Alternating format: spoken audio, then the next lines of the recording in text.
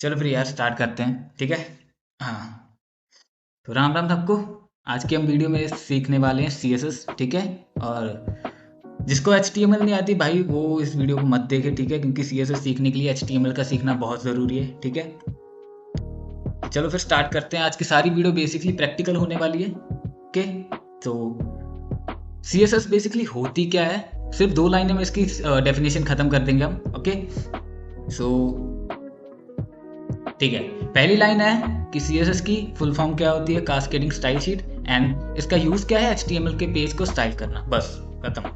Okay अगर कोई मतलब तुमसे पूछे कि CSS क्या होती है तो तुम्हें बस इतना ही जवाब देना है कि CSS की फुल फॉर्म क्या होती है, कास्केडिंग स्टाइल शीट। एंड इसका यूज किसके लिए होता है, HTML के पेज को स्टाइल करने के लिए, ओके। हाँ मोबाइल मेरे को लेगा, काम काम करिए ना थोड़ा यार। अरे सॉरी फॉर दैट। ठीक है भाई,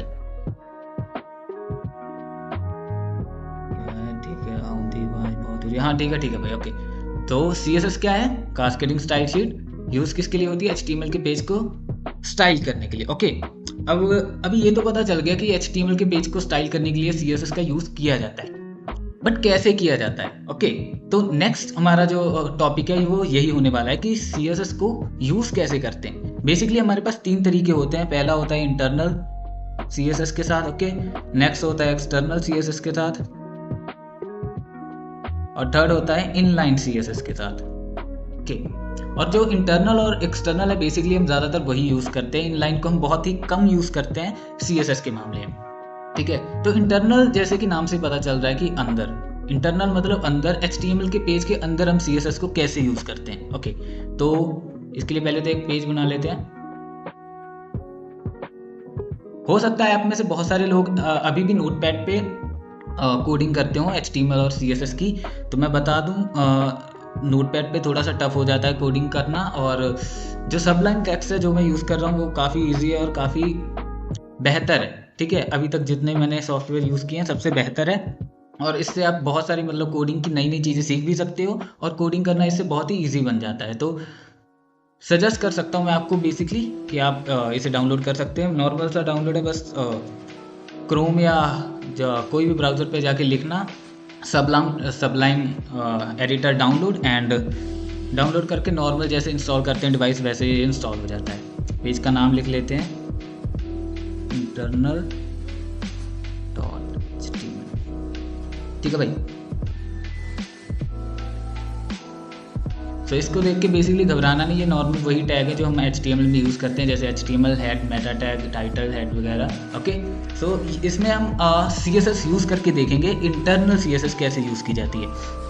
सो CSS को यूज़ करने के लिए बेसिकली हमको एक टैग लिखना पड़ता है अलग से, जिसका नाम है स्टाइल टैग, ठीक है। और वो हमें लिखना कहाँ होता है, हेड के अंदर और टाइटल के बाहर, इस जगह के, ओके। स्टाइल, अब इसी मतलब एरिया के अंदर हमें लिखना होता है अपना पूरा CSS का कोड, ओके। जैसे हम पहला अभी प्रोग्राम करके देखेंगे CSS का। सो यहाँ मैं एक टैग बना लेता हूँ H1 नाम से, और इसमें लिख देता हूँ आई एम अजय, ठीक है। मैंने इतना लिख दिया। अभी हम क्या करेंगे कि H1 का कलर चेंज करेंगे CSS की मदद से। हम HTML में भी बड़े आराम से ये चीज़ कर सकते हैं, नो डाउट, बट हम आज CSS से करके देखेंगे कि ये CSS से कैसे चेंज किया जा सकता है, ओके।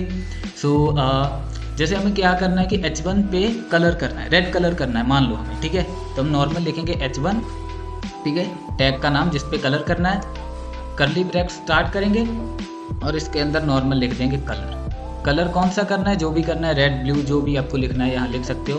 और इसको मैंने कलर कर दिया, और नॉर्मली इसे सेव करो, और अभी इसे चला के देखते हैं। तो ये कलर हो चुका है, ठीक है। अभी ये तो हो गया इंटरनल CSS, हमने इंटरनल CSS को कैसे इम्प्लीमेंट करके देख लिया। अभी नेक्स्ट हम चलते हैं एक्सटर्नल CSS के ऊपर। जैसे नाम से पता चल रहा है कि एक्सटर्नल मतलब बाहर, बाहर मतलब इसके लिए अलग से पेज बनाना पड़ेगा। जैसे इंटरनल को तो हमने क्या किया कि टाइटल के नीचे और हेड के अंदर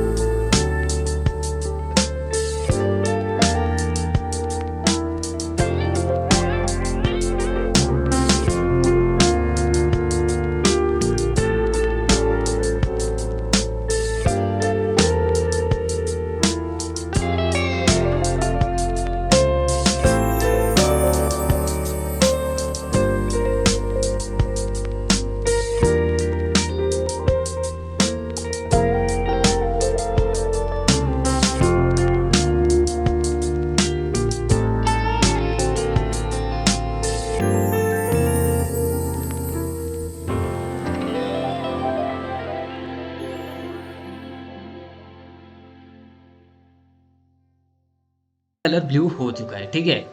सो इंटरनल और एक्सटर्नल ऐसे काम करते हैं। और थर्ड हमारी जो CSS होती है वो होती है inline CSS। Inline CSS basically ज़्यादा यूज़ नहीं होती, बट आपको फिर भी बता देता हूँ मैं।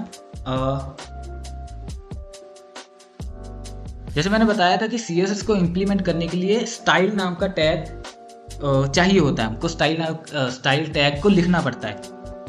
तो इनलाइन CSS के अंदर क्या करना है कि जिस लाइन के अंदर आपको CSS लिखनी है, ठीक है, जैसे H1 पे CSS लिखनी है तो H1 के टैग के अंदर स्टाइल टैग को इम्प्लीमेंट करना पड़ेगा। स्टाइल लिखा इज इक्वल टू लिखा एंड ठीक है, इसके अंदर लिख देते हैं कलर डबल कोड में।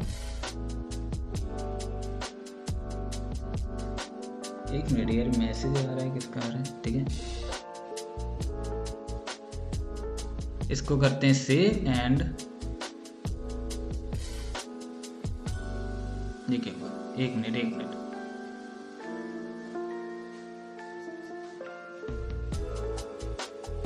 हाँ, डबल कोड स्टार्ट तो किया था लेकिन बंद नहीं किया, ठीक है। तो जो चीज़ हम HTML में स्टार्ट करते हैं उसको बंद करना पड़ता है। तो डबल कोड स्टार्ट किया था तो डबल कोड बंद भी करना पड़ेगा, अभी चलेगा ये।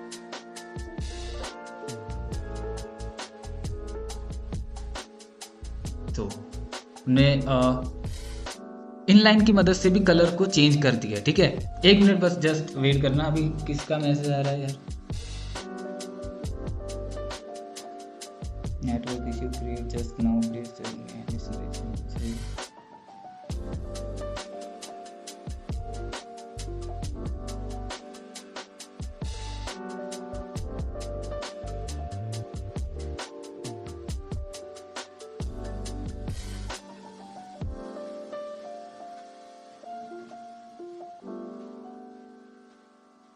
चल रही है ना लाइव वीडियो, ऐसा तो नहीं कि मैं बोले जा रहा हूँ और हो ही ना रहा हूँ।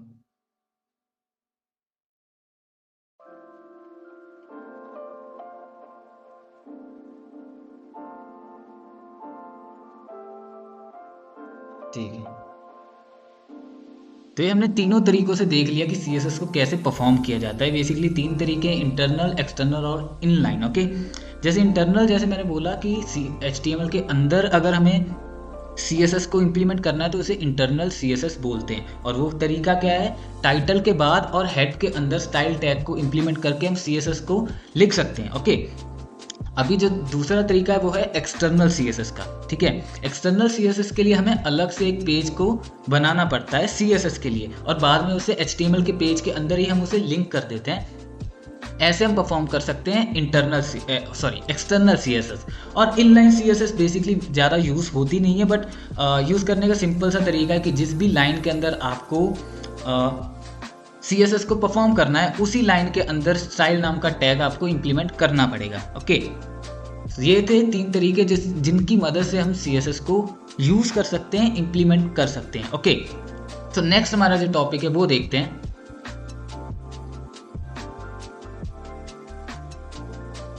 ठीक है, तो नेक्स्ट जो हमारा टॉपिक है वो है टाइप्स ऑफ सिलेक्टर,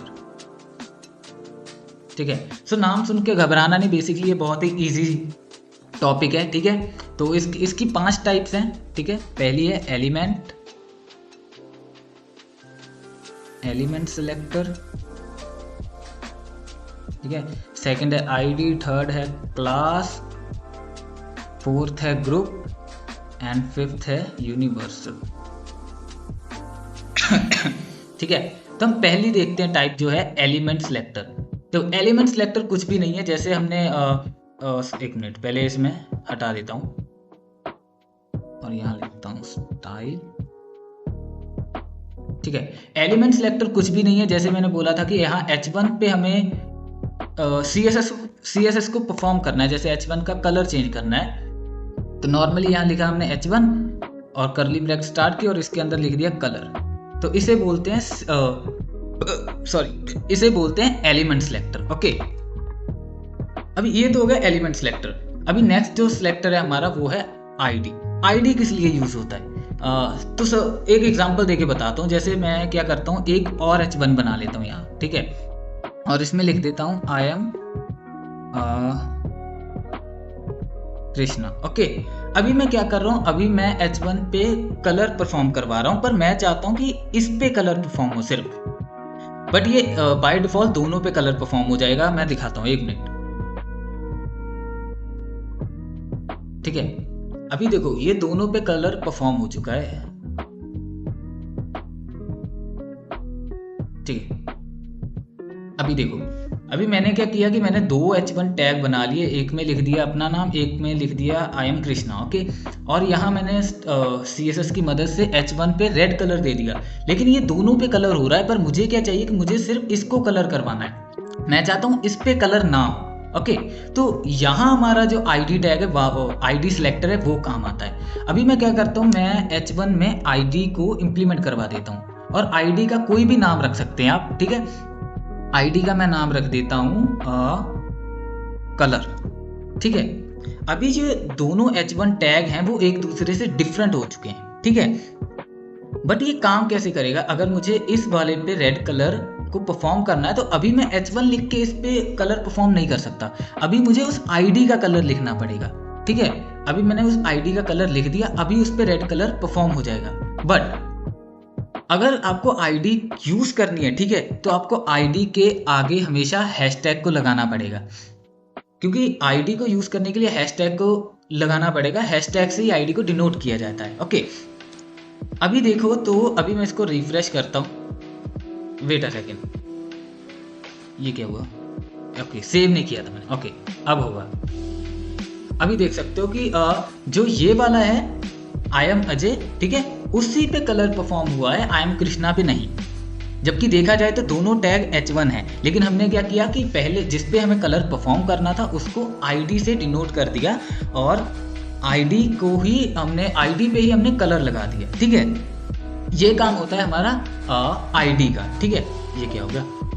हाँ ठीक है, ये काम होता है हमारा ID का। ID का क्या करती है कि दो एक जैसे टैग्स को एक दूसरे से डिफरेंट बना देती है। ठीक है, अभी नेक्स्ट जो हमारा, 1 मिनट से बड़ा कर लेते, नेक्स्ट जो हमारा सिलेक्टर है वो है क्लास। ठीक है, अभी फिर से एक एग्जांपल देता हूँ। मान लो मैं क्या करता हूँ, यहाँ H2 बना लेता हूँ, एक इसे हटा देते हैं। ठीक है,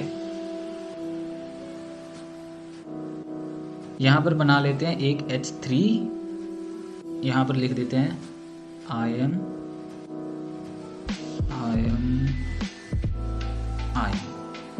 ठीक है, और इसको कर देते बंद। अभी मुझे क्या करना है कि जो H1 है और H2 और H3 तीनों पे ब्लू कलर को परफॉर्म करना है। ठीक है, तो हम अगर नॉर्मली इसको करने जाएं तो ये कुछ ऐसा होगा, जैसे मुझे क्या करना है, पहले H1 पे कलर परफॉर्म करना है, तो H1 का नाम लिखेंगे और इस पे लिख देंगे कलर, एंड कलर करना था ब्लू। ओके, ब्लू कर दिया। अभी मुझे सेम काम करना है H2 के लिए, तो H2 को भी लिखना पड़ेगा अलग से, और यहाँ भी लिख देते हैं कलर, फिर से ब्लू। अभी ये सेम काम मुझे H3 के लिए भी करना है, तो H3 को फिर से लिखना पड़ेगा, और इसको भी कलर दे देते हैं ब्लू। ठीक है, और इसको करते हैं सेव। अभी वापस जाते हैं हमारे प्रोग्राम के ऊपर, एंड अभी तीनों पे कलर परफॉर्म हो चुका है। ठीक है, बट क्या किया मैंने, इतना लंबा कोड लिखा इन तीनों के ऊपर कलर को परफॉर्म करने के लिए। ठीक है, लेकिन यहाँ काम आता है क्लास का। ठीक है, हम क्या करेंगे, हम H1, H2 और H3 तीनों को क्लास बना लेते हैं। जैसे मैंने किया क्लास, और क्लास का जैसे ID का कोई भी नाम ले सकते हैं, वैसे ही क्लास को भी किसी भी नाम के साथ आप रिप्रेजेंट कर सकते हैं। जैसे मैं फिर से इसका नाम रख देता हूँ कलर। ओके, सेम चीज़ मैं H2 के अंदर करता हूँ, इसको भी बना लेता हूँ क्लास एंड कलर, इसको भी बना लेता हूँ क्लास एंड कलर। अभी मैंने H1, H2 और H3 तीनों पे क्लास को इम्प्लीमेंट कर दिया है। अभी मुझे इतना बड़ा कोड लिखने की ज़रूरत नहीं है। अभी मुझे सिंपल क्या करना है, इसको मैं डिलीट करता हूँ। सिंपल क्या करना है, क्लास का नाम लिखना है। ठीक है, जैसे मैंने लिख दिया कलर, और इसके अंदर मैं लिख देता हूँ कलर, अगेन कलर।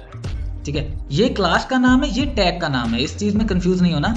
और हमें कलर करना था ब्लू, मैंने ब्लू का नाम लिख दिया। ठीक है, बट ये अभी भी नहीं चलेगा, जैसे कि ID की जैसे एक डिफरेंट पहचान थी, उसे हैश के साथ डिनोट किया जाता था, वैसे ही कलर को डिनोट करने के लिए हम यूज़ करते हैं डॉट का। ठीक है, अभी ये प्रोग्राम बिल्कुल सही है। अभी हम इसे रन करके देखते हैं।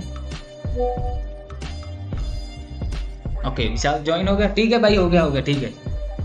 तो अभी तुम देख सकते हो कि ये क्लास के साथ मतलब तीनों पे कलर आ चुका है। पहले हम जो इतना बड़ा कोड लिख रहे थे वही अब हमें इतने से कोड से मिल रहा है, समझ रहे हो ना। जैसे आईडी का काम था कि दो एक जैसे टैग्स को दो एक जैसे दिखने वाले टैग्स हैं उनको डिफरेंट करता है, उनको एक डिफरेंट आईडी प्रोवाइड करवाता है, एक आइडेंटिफाई करता है डिफरेंट। ओके, और जो क्लास है उसका का काम है कि मतलब अलग अलग तरह के जितने भी टैग्स हैं अगर उनको आप सबको मिलाकर एक क्लास बना लोगे ना, ठीक है, तो आप एक उन सबके ऊपर एक सेम काम कर सकते हो। आईडी क्या करता है कि डिफरेंट करता है, क्लास क्या करता है कि सबको एक सेम मतलब एक क्लास में जोड़ देता है। ओके, आई होप समझ आ गया होगा।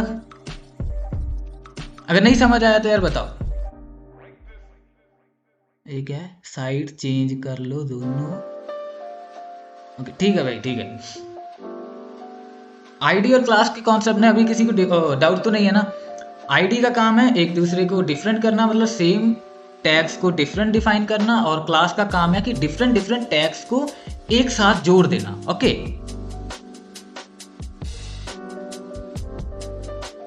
चलो ठीक है, फिर आई होप समझ आ गया। नेक्स्ट हम चलते हैं ग्रुप। सो ग्रुप भी बहुत ईजी है। जैसे हम इसको पहले तो हटा लेते हैं, क्लास को हटा लेते हैं।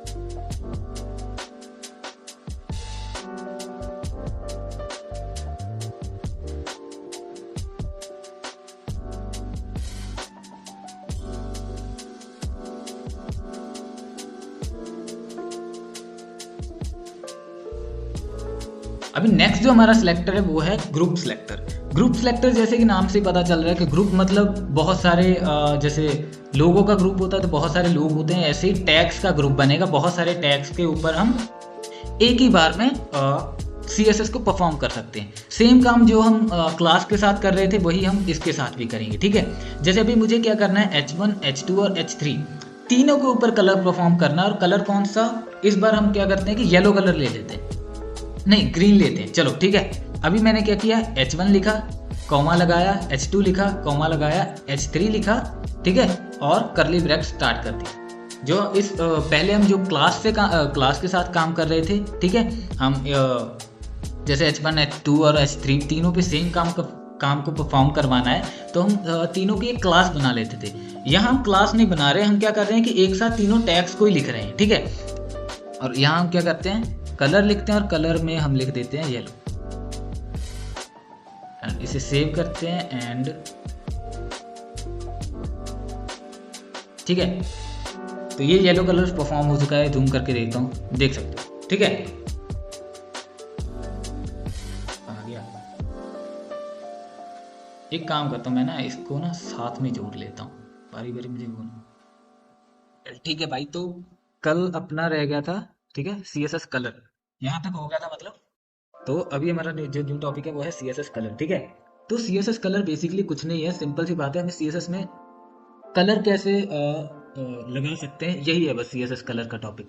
अब मैं बोलूँगा कि कलर कैसे लगाने, तो तुम बोलोगे कि सिंपल सी बात है यार कि कलर का नाम लिख देंगे तो कलर हो जाएगा CSS में। ठीक है यार, बिल्कुल बात तुम्हारी सही है, बट ऐसा है ना, कलर के मामले में ऐसा है कि हम ज़्यादा से ज़्यादा 10 से 15 कलर्स के नाम ही याद रख सकते हैं, ज़्यादा से ज़्यादा इससे ज़्यादा नहीं रख सकते, है ना। बट ऐसा है कि वेबसाइट बनाने में बहुत सारे डिफरेंट शेड्स की कलर की बहुत सारी डिफरेंट शेड्स चाहिए होती है और डिफरेंट कलर चाहिए होते हैं, जो कि इतने नाम याद रखना हमारे लिए पॉसिबल नहीं है, ठीक है। तो हम क्या करते हैं, तब यूज लेते हैं RGB का। अभी RGB का नहीं पता है तो मैं बता दूं कि RGB क्या है कि 3 कलर के कॉम्बिनेशन से डिफरेंट कलर्स को प्रोड्यूस करती है। और वो 3 कलर कौन से हैं, एक तो है रेड, जैसे R से डिफाइन हो गया रेड, ठीक है, G से डिफाइन हो गया ग्रीन, और ब्लू B से डिफाइन हो गया ब्लू, ठीक है। रेड ग्रीन ब्लू के कॉम्बिनेशन से हमें बहुत सारे कलर्स प्रोवाइड करवाता है RGB। तो हम इसे यूज कैसे करें बेसिकली RGB को, ठीक है। तो यूज करने के लिए बेसिकली हमें एक वेबसाइट को एक्सेस करना पड़ेगा जिसका नाम है RGB कलर, ठीक है। अब जो पहला लिंक आ रहा है उसी को ओपन करेंगे। यहाँ बहुत सारे कलर्स की ऑप्शन हमें आ चुकी है। जैसे मुझे क्या करना है, मुझे ना ये वाला कलर चाहिए ब्लू, ठीक है, बट ब्लू कलर में भी मुझे ना ब्लू कलर की ये वाली सेम चाहिए, ये वाली मान लो, ठीक है। तो अभी मैं क्या करूँगा, चलो पहले तो ना अपने HTML वाले पेज पे आ जाते हैं। यहाँ मैं क्या करता हूँ, एक h1 टैग बना लेता हूँ और h1 टैग के अंदर लिख देता हूँ आई एम, अच्छा अपना नाम लिख लेता हूँ, ठीक है। अब मुझे CSS की मदद से इस पे ये वाला कलर करना है, ये वाला, ठीक है, ये वाला ब्लू कलर, ओके। तो अभी क्या करता हूँ, मुझे जैसे h1 पे कलर करना, तो मैं यहाँ h1 लिख लेता हूँ और कर्ली ब्रैकेट स्टार्ट कर देता हूँ। अभी मैं यहाँ पर लिख देता हूँ कलर, और कलर हमें RGB की मदद से चाहिए, तो मैं बेसिकली यहाँ सिंपल लिख दूंगा RGB, ठीक है। अब RGB की वैल्यू क्या है, मतलब हमें इन तीन, इस जगह पे RGB की वैल्यू लिखनी है, ठीक है। सो जैसे ये तुम देख सकते हो कि RGB, ठीक है, हमें ये वाली तीनों वैल्यूज को उठाना है और एक एक करके यहाँ पे कॉपी कर देना है। जैसे R की वैल्यू हमने उठा ली, अभी G की वैल्यू उठाती है, ये उठा ली और यहाँ कर दी कॉपी। नेक्स्ट B की वैल्यू उठानी है, B की वैल्यू है 239, इसे भी करेंगे कॉपी एंड, अभी इसे करते हैं कॉपी पेस्ट एंड अभी करते हैं इसे सेव और अपने प्रोग्राम पे चलते हैं। प्रोग्राम को करते हैं रन और देखो वो वाला colour same to same H1 पे लग चुका है, ठीक है। अभी अगर मैं RGB के बिना ये काम करता तो मैं क्या करता, मैं चलो एक काम करता हूँ, एक H2 टैग बना लेता हूँ, इसके अंदर भी सेम चीज लिख देता हूँ आई एम अजय, ओके।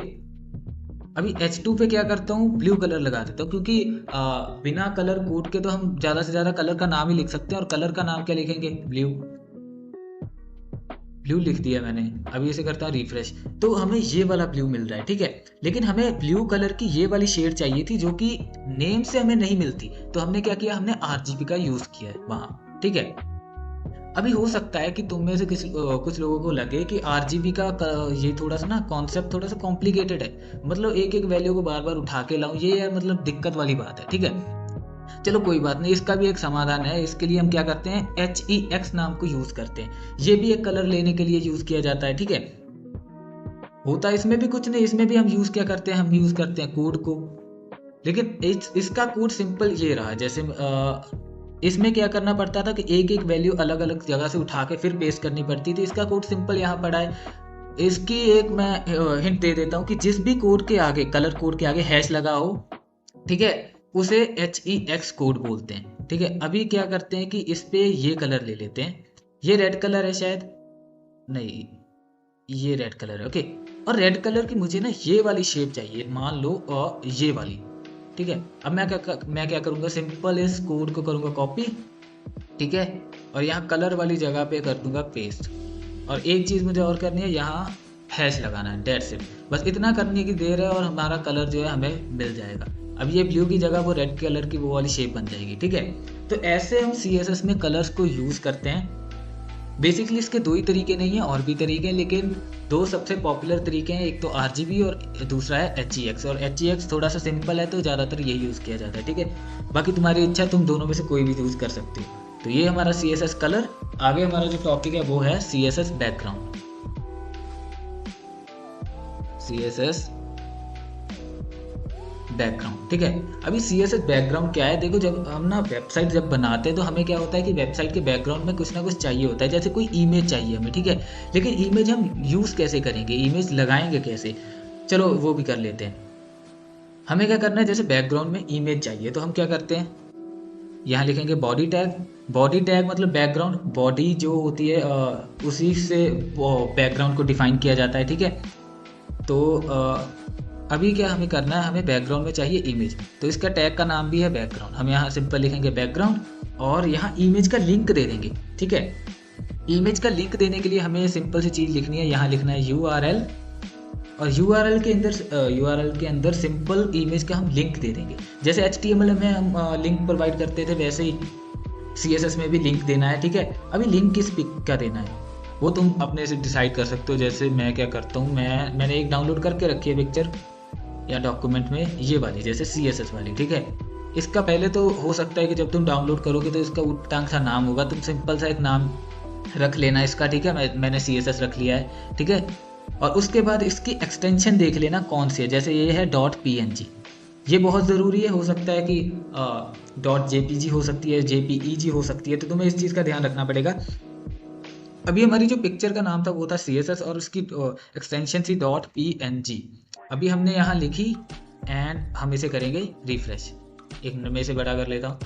अभी तुम देखो मेरी पिक्चर बैकग्राउंड पे आ चुकी है, ठीक है। बट दिक्कत ये है कि ये बहुत ही ज़्यादा बड़ी लग रही है, मतलब फिट नहीं बैठ रही। जैसे हमारी जो पिक्चर थी वो वेबसाइट के अकॉर्डिंग फिट नहीं बैठ रही, बड़ी अजीब सी लग रही है, बड़ा मतलब अनप्रोफेशनल सा लग रहा है, ठीक है। तो अभी हम क्या करें? अभी चलो एक काम और करते हैं। हमें बैकग्राउंड क्या करना है कि मतलब जो पिक्चर है वो बिल्कुल फिट हो जाए। तो हम क्या करेंगे, यहाँ लिखेंगे बैकग्राउंड, ठीक है, BACK बैकग्राउंड साइज, इस वाले टैग को यूज करेंगे। और बैकग्राउंड साइज लिखने के बाद हम सिंपल लिख देंगे यहाँ पर कवर, ठीक है। कवर लिखते ही हम इसे रिफ्रेश करेंगे और हमारी जो पिक्चर थी वो बिल्कुल एज इट इज फिट हो चुकी है हमारी वेबसाइट के अकॉर्डिंग, ठीक है। अभी एक चीज और करते हैं, उसके लिए पहले हमें थोड़ा सा ना कंटेंट चाहिए होगा, तो उसे थोड़ा सा कॉपी करके लाते हैं। चलो यहां से कर लेते हैं।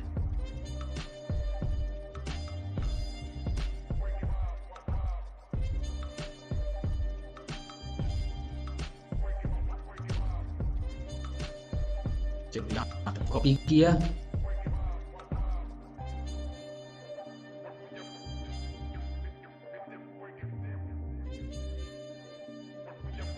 चलो इतने में समझ आ जाएगा। इसे करता हूँ साइड में, ये है ऐसे। चलो जी, अभी तुम देखो कि जो हमारा कंटेंट है, ठीक है, उसे मैं स्क्रॉल कर रहा हूँ और हमारी पिक्चर भी बार बार उसी के साथ साथ स्क्रॉल हुए जा रही है, ठीक है। एक मिनट से बड़ा कर लेता हूँ, अभी तुम ज़्यादा समझोगे। जैसे मैं स्क्रॉल कर रहा हूँ ना इसे, तो मैं चाहता हूँ कि जो हमारी बैकग्राउंड में पिक्चर है वो ना स्क्रॉल हो, वो एक जगह पे टिकी रहे। हमारा जो यहाँ लिख रखा है कंटेंट, बस यही ऊपर नीचे होता रहे, ठीक है। तो इसके लिए हम क्या करेंगे, हम करते हैं, यहाँ जाते हैं, ठीक है, जहाँ हमने इमेज लगाई थी बॉडी पे, और यहाँ लिखते हैं बैकग्राउंड अटैचमेंट, और इसमें लिख देंगे फिक्स्ड, ठीक है। अभी इसे करते हैं रिफ्रेश।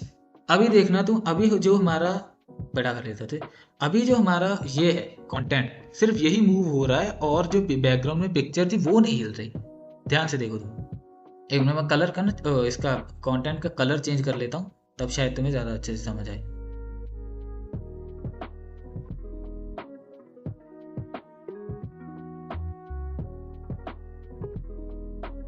Colour red. अब देखो तुम, जो कंटेंट है वो मूव कर रहा है, पिक्चर नहीं मूव कर रही, ठीक है ना। तो अभी तक हमने ये चीज़ सीख ली कि बैकग्राउंड में इमेज कैसे लगाते हैं, ठीक है। इमेज हो सकता है कि जहाँ वेबसाइट पे फिट ना बैठे, छोटी हो सकती है, बड़ी हो सकती है। तो हमें क्या करना है, सिंपल सा बैकग्राउंड साइज लिखना है और उसमें कवर लिख देना है, ठीक है। इमेज अपने अकॉर्डिंग फिट हो जाएगी वेबसाइट के अकॉर्डिंग। उसके बाद हमें क्या करना है कि जो हमारा कंटेंट है हम उसे स्क्रॉल करें तो उसके साथ पिक्चर नहीं स्क्रॉल होनी चाहिए। तो उसके लिए हम क्या करेंगे, बैकग्राउंड अटैचमेंट लिखेंगे और उसके अंदर फिक्स लिख देंगे। तो इससे क्या होगा कि हमारी जो बैकग्राउंड की इमेज है वो नहीं हिलेगी, जस्ट कंटेंट मूव होगा, ठीक है।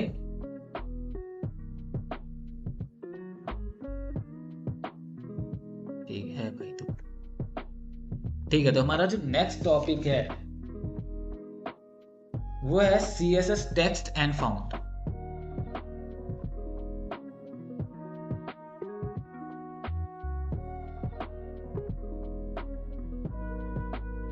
तो जैसे कि नाम से पता चल रहा है कि CSS टेक्स्ट एंड फॉन्ट, इसमें हम टेक्स्ट और फॉन्ट की बात करेंगे, कितने फॉन्ट के साथ और टेक्स्ट के साथ हम क्या क्या कर सकते हैं, ठीक है। सो मान लो अभी मैं क्या करता हूँ, इसे हटा देता हूँ एक बार के लिए।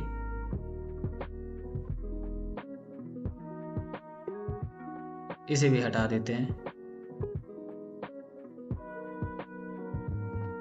अभी मैं करता हूँ एक H1 में टैग बना लेता हूँ और इसमें लिख देता हूँ अगेन, ठीक है। अभी जो बात है कि ये जो सारे करेक्टर हैं वो सारे स्मॉल लेटर्स में है, ठीक है। मैं चाहता हूँ कि ये ना कैपिटल लेटर्स में हो जाए, ठीक है। एक मिनट मैं करके दिखाता हूँ। जैसे ये सारे, जैसे आई भी स्मॉल है, बाकी भी जितने भी कैरेक्टर वो स्मॉल है, मैं चाहता हूँ कि ये कैपिटल बड़े अक्षरों में हो जाए, ठीक है। तो इसके लिए हम क्या करेंगे, सिंपल लिखेंगे H1 कर्ली ब्रैकेट स्टार्ट करेंगे, ठीक है, और इसके अंदर लिख देंगे टेक्स्ट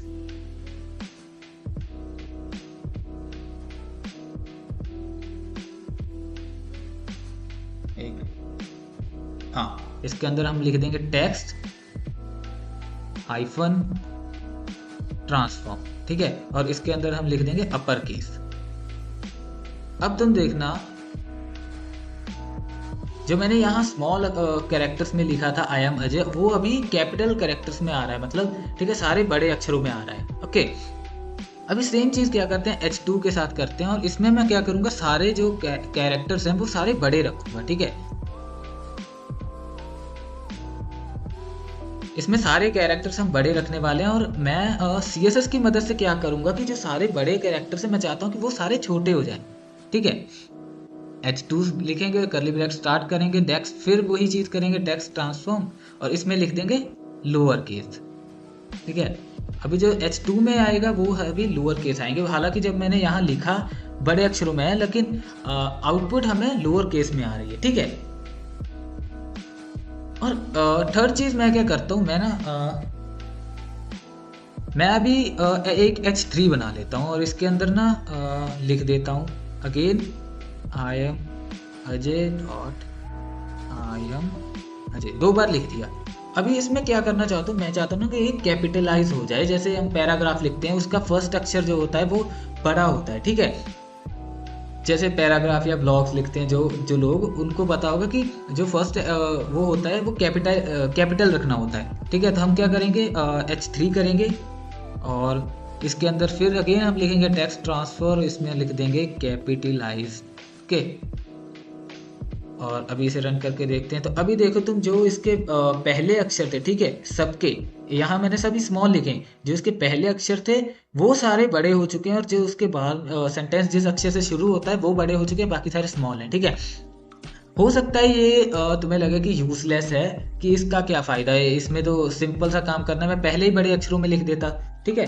बट बात यह है कि हम जब बहुत बड़े बड़े पैराग्राफ लिखते हैं, ठीक है, तब हमें मतलब बार बार क्या कहते हैं कि अगर जैसे मुझे क्या लिखना है यहाँ कुछ, ठीक है, मैं बताता हूँ, इसे थोड़ा सा कर लेता हूँ बड़ा। अभी जैसे मुझे एक टाइपिंग कर रहा हूँ, ठीक है, अभी मैं कहता हूँ कि जैसे मुझे ना एक बड़ा अक्षर देना है, जैसे मैं लिखना चाहता हूँ अजय कुमार, और के मैं बड़ी रखना चाहता हूँ, तो मुझे उसके लिए शिफ्ट दबाना पड़ेगा या कैप्स लॉक ऑन करना पड़ेगा, और ये टाइपिंग स्पीड को इफेक्ट करता है बार बार। तो एक ब्लॉगर जहाँ पैराग्राफ जो भी लिख रहा है वो फटाफट टाइपिंग कर देगा, उससे कोई फर्क नहीं पड़ता स्मॉल है या बड़े, वो क्योंकि उसके बाद वो सेट कर सकता है कोडिंग के जरिए, ठीक है, इसीलिए हम ये चीज़ें यूज़ करते हैं, ठीक है। नेक्स्ट जो हम देखने वाले हैं वो क्या देखने वाले हैं कि कलर्स हम देख चुके हैं। नेक्स्ट देखते हैं हम फॉन्ट फैमिली जैसे एक काम करता हूँ, इसे हटा देता हूँ, सिर्फ एक को रखते हैं H1 को, ठीक है। अभी H1 में मैं चाहता हूँ कि जो हमारा टेक्स्ट है, ठीक है, एक मिनट, जो हमारा टेक्स्ट वो बहुत ही प्लेन सा आ रहा है, मतलब ठीक है, मैं चाहता हूँ कि ये थोड़ा स्टाइलिश दिखे, इसमें थोड़ी सी ना मतलब टेक्स्ट थोड़ा सा फॉन्ट अलग आए, ठीक है। तो मैं क्या करता हूँ, मैं यहाँ लिखूंगा फॉन्ट फैमिली, ठीक है, और इसमें लिख देता हूँ कर्सिव तुम लोगों को पता होगा, इंग्लिश वालों को, ठीक है, बचपन में की होगी। अभी देखो ये एक अलग फॉन्ट में दिखाई दे रहा है हमारा टेक्स्ट, हमारा कंटेंट, ओके।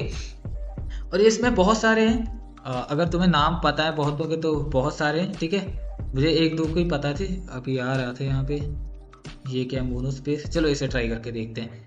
फॉन्ट फैमिली में बहुत सारे नाम है, तुम्हें सर्च करने पड़ेंगे, मुझे इस चीज़ का पता नहीं, ये फिर से हमारा जो फॉन्ट है वो चेंज हो चुका है, ठीक है। तो अभी नेक्स्ट हम देखते हैं फॉन्ट का साइज, ठीक है। साइज जैसे मुझे बड़ा छोटा करना है तो मैं क्या करूँगा, मैं क्या करता हूँ कि यहाँ लिख देता हूँ, मैं चाहता हूँ कि ये ना मुझे थोड़ा सा छोटा लग रहा है, तो मैं क्या करता हूँ, बड़ा कर देता हूँ इसे थोड़ा सा। मैंने लिखा फॉन्ट साइज और एक वैल्यू पास कर देता हूँ, जैसे मुझे साइज 20px कर देते हैं, ठीक है। जो मतलब क्या कहते हैं, साइज को डिटरमाइन करती है CSS में जो चीज़, उसे हम px बोलते हैं। और भी चीज़ें होती हैं लेकिन ज़्यादातर हम यही यूज़ करते हैं। तो 20px मैंने लिख दिया। 20px तो और भी छोटा हो गया, हमें थोड़ा सा बड़ा करना था इसे, तो हम क्या करते हैं 80 लिख देते हैं, ठीक है।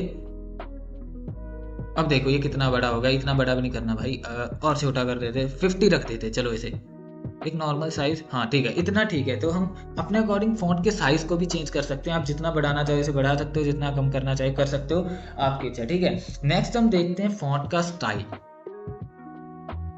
चलो जी, इसे थोड़ा छोटा ही कर लेते हैं, ज़्यादा बड़ा 30 ठीक है।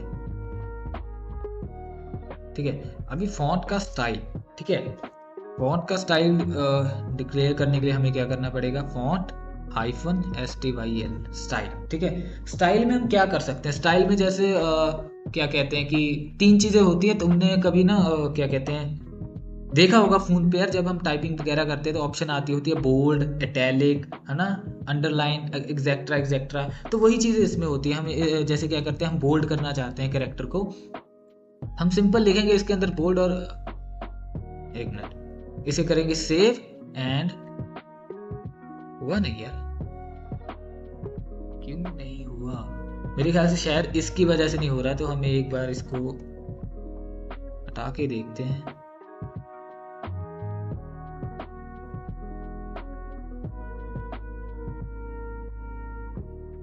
हाँ, अभी ये बोल्ड हो चुका है। रुक जाओ, अभी मैं इसको भी हटाता हूँ, बोल्ड होना चाहिए था इसको, POLD।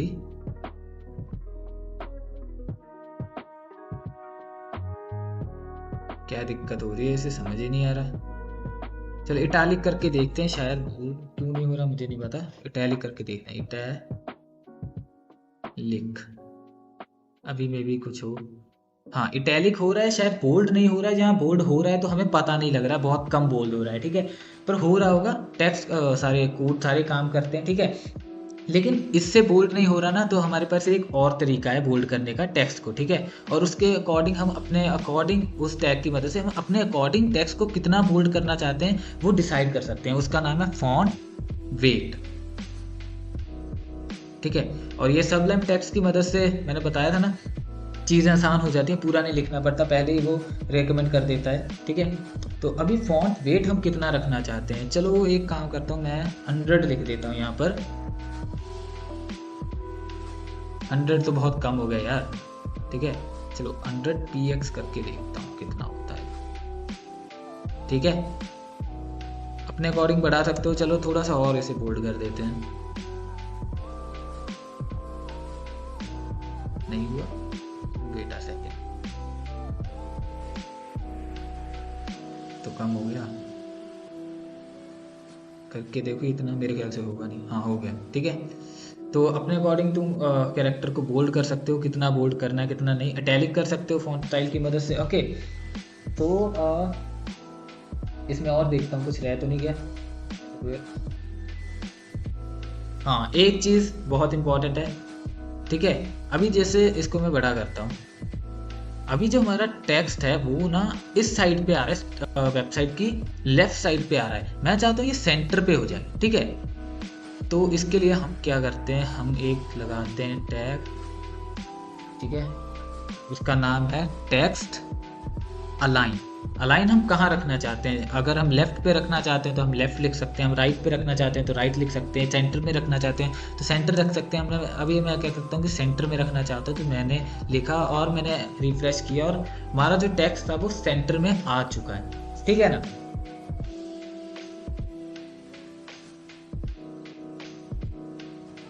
ठीक है, अभी एक चीज टेक्स्ट में और देख लेते हैं हम। जैसे मैं क्या करना चाहता हूँ, मैं चाहता हूँ कि जो हमारा ये कंटेंट है ये ना अंडरलाइन हो जाए। मैं चाहता हूँ कि इसको अंडरलाइन करना चाहता हूँ, तो सिंपल सी चीज़ करेंगे हम। इसके लिए हम लिखेंगे टेक्स्ट और इसको करेंगे text decoration, decoration, okay, text decoration, sorry text decoration. और इसके अंदर हम जैसे अंडरलाइन करना चाहते हैं तो मैं लिख दूंगा यहाँ अंडरलाइन और इसे करूँगा रिफ्रेश, तो ये अंडरलाइन हो चुका है। ठीक है, अभी मैं चाहता हूँ कि इसे ओवरलाइन करूँ। ओवरलाइन समझते हो, दिखाता हूँ, एक मिनट। ओवरलाइन, ये ऊपर जा चुका है। अभी एक चीज और होती है,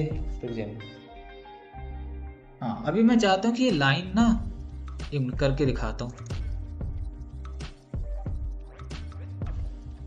मैं चाहता हूँ कि ये लाइन बीच में से जाए। ठीक है, तो ये ऐसे जाएगी। तो हमने अभी तक क्या क्या देखा हम देख लेते हैं। चलो, हम टेक्स्ट ट्रांसफर की मदद से क्या कर सकते हैं कि टेक्स्ट को अपर केस, लोअर केस और कैपिटलाइज कर सकते हैं। ओके, फॉन्ट साइज की मदद से क्या कर सकते हैं कि टेक्स्ट का साइज डिक्लेयर कर सकते हैं। फॉन्ट स्टाइल की मदद से क्या कर सकते हैं, टेक्स्ट को इटैलिक या बोल्ड कर सकते हैं। फॉन्ट वेट की मदद से हम बोल्ड की मतलब वो मात्रा तय कर सकते हैं, मतलब कितना बोल्ड करना है कितना नहीं। टेक्स्ट लाइन की मदद से हम क्या कर सकते हैं कि टेक्स्ट को सेंटर, राइट या लेफ्ट में भेज सकते हैं। ठीक है, और टेक्स्ट डेकोरेशन की मदद से हम क्या कर सकते हैं, टेक्स्ट को अंडरलाइन कर सकते हैं, ओवरलाइन कर सकते हैं और या बीच में से काट सकते हैं। ठीक है, तो ये था हमारा CSS फॉन्ट्स एंड टेक्स्ट। ठीक है, text and font. Okay, next जो हमारा टॉपिक है वो है सीडो क्लासेस। ओके, ये बहुत इंपॉर्टेंट टॉपिक है, तो इसे हटा देते हैं एक बार के लिए।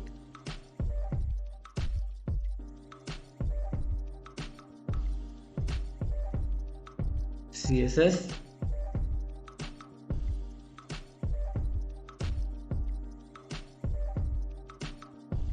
SIDO classes. ठीक है, तो सीडो क्लासेस में हम क्या देखने वाले हैं, बेसिकली इसके काफ़ी 3-4 ऑपरेटर्स होते हैं। ठीक है, 3-4 इसके टैग अंदर होते हैं, लेकिन बेसिकली हम 2 देखने वाले हैं। ठीक है, एक तो देखने वाले हैं होवर, दूसरा देखने वाले हैं एक्टिव। ठीक है, ओके, तो पहले हम देख लेते हैं होवर को। बेसिकली ये जो टैग है यूज़ तो हम कहीं भी कर सकते हैं, पर ज़्यादातर यूज़ हम एंकर टैग पे करते हैं। एंकर टैग जो तुम लोगों को पता ही होगा, लिंक मतलब एंकर टैग HTML में यूज़ होता है। अगर हम उस पर क्लिक करते हैं तो वो हमें किसी और पेज पे भेज देता है। ठीक है, सेम उसी चीज़ के लिए हम यूज़ करते हैं, और भी जगह यूज़ कर सकते हैं, लेकिन बेसिकली हम एंकर टैग पे यूज़ करते हैं। तो एक एंकर टैग बना लेते हैं। ठीक है,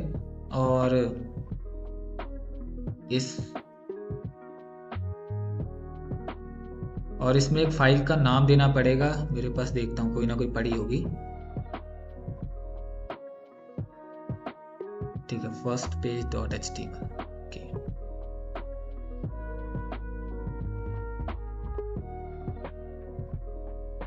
अभी इसे रिफ्रेश करके देखते हैं। तो मैंने, ठीक है, एक एंकर टैग बना लिया है। ठीक है, और उसे लिंक भी कर दिया है। अभी क्या करना है, हमें देखना है कि होवर टैग का यूज़ क्या होता है।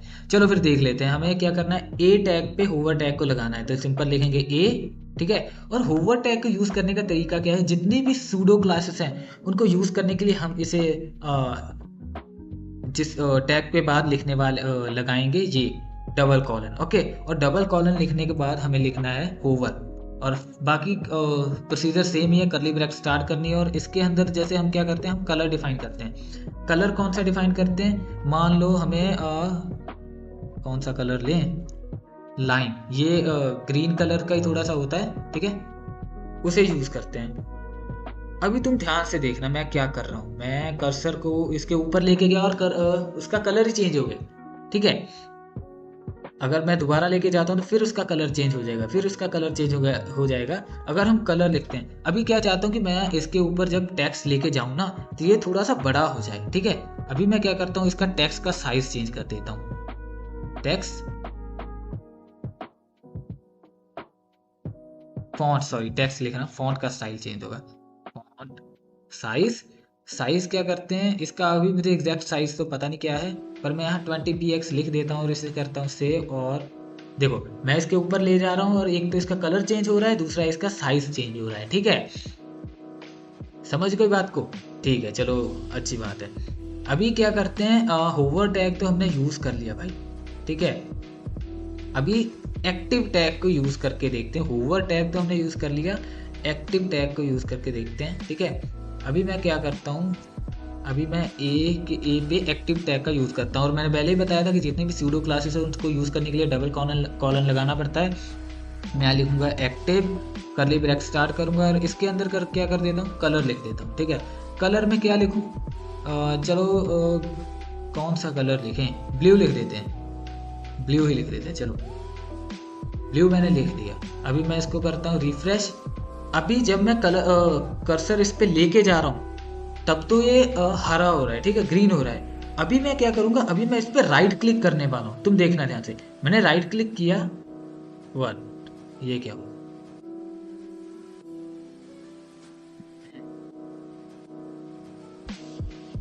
इसके अलग है शायद, ये लिंक पे इतना ही होवर टैग तुम देख लो। एक काम करते हैं, एक्टिव के लिए अलग से कुछ बना लेते हैं, H1 बना लेते हैं। ये ना लिंक पे वैसे तो होता लिंक के लिए ही है, पर ये काम नहीं करता, पता नहीं क्यों। तो हम क्या करते हैं, हम इसमें सेम चीज़ लिख लेते हैं, मैं बार बार यही लिखे जा रहा हूँ, ठीक है। और एक ही जगह हम क्या कर देते हैं, H1 कर देते हैं। अभी देखते हैं, अभी तुम समझ जाओगे। अभी मैं इस पर क्लिक कर रहा हूँ तो ब्लू कलर हो रहा है। अच्छा ठीक है भाई, मैंने ब्लू ही लिखा था, मुझे थोड़ा सा ना कन्फ्यूज़न हो गया, मुझे लगा कि मैंने रेड लिख दिया। एक काम करता हूँ, अभी ना एक ए और बनाता हूँ, इसमें लिखता हूँ एक्टिव, ठीक है। और अभी कलर कुछ और रख देते हैं, मैं ब्लू का थोड़ा सा ना वो कंफ्यूज हो गया, रेड रखते हैं, डार्क रेड रखते हैं। चलो ठीक है भाई। हाँ भाई काम कर रहा है, लिंक पे काम कर रहा है। वो मेरी थोड़ी सी ना बुद्धि चक्कर आ गई थी, कंफ्यूज हो गया था थोड़ा सा, मुझे लगा मैंने रेड लिखा है और वहाँ पे ब्लू हो रहा था। ठीक है, अभी तुम शायद समझ गए होगे, इसको हम साइड में कर लेते हैं।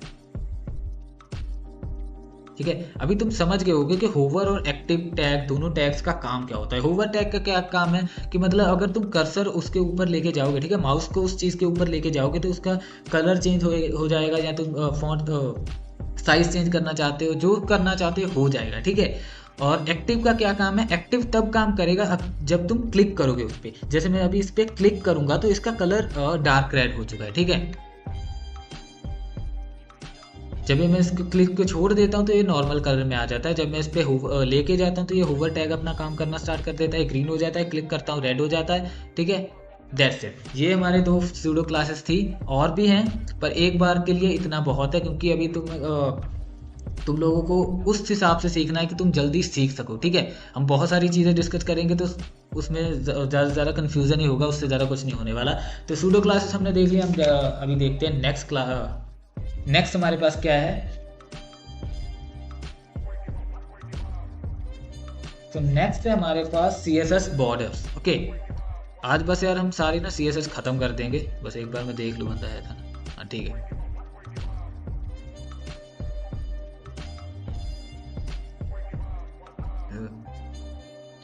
नेक्स्ट हमारा CSS बॉर्डर। ठीक है, अभी CSS बॉर्डर में हम क्या करते हैं। ठीक है, चलो वैसे इस चीज़ को तो वैसे हम वहाँ प्रैक्टिकल करने ही वाले, पर एक बार के लिए तुम थोड़ा सा याद रखना कि CSS बॉर्डर्स में हम 4 चीज़ों को देखने वाले हैं। ठीक है, पहली चीज़ तो है विड्थ। ठीक है, दूसरी जो चीज़ है वो है स्टाइल, तीसरी जो चीज़ है वो है कलर, और चौथी जो चीज़ है वो है रेडियस। ठीक है, अभी क्या करते हैं हम ना इसका प्रैक्टिकल करते हैं, इसको हटा देते हैं, जो पिछला किया था इसको हटा देते हैं।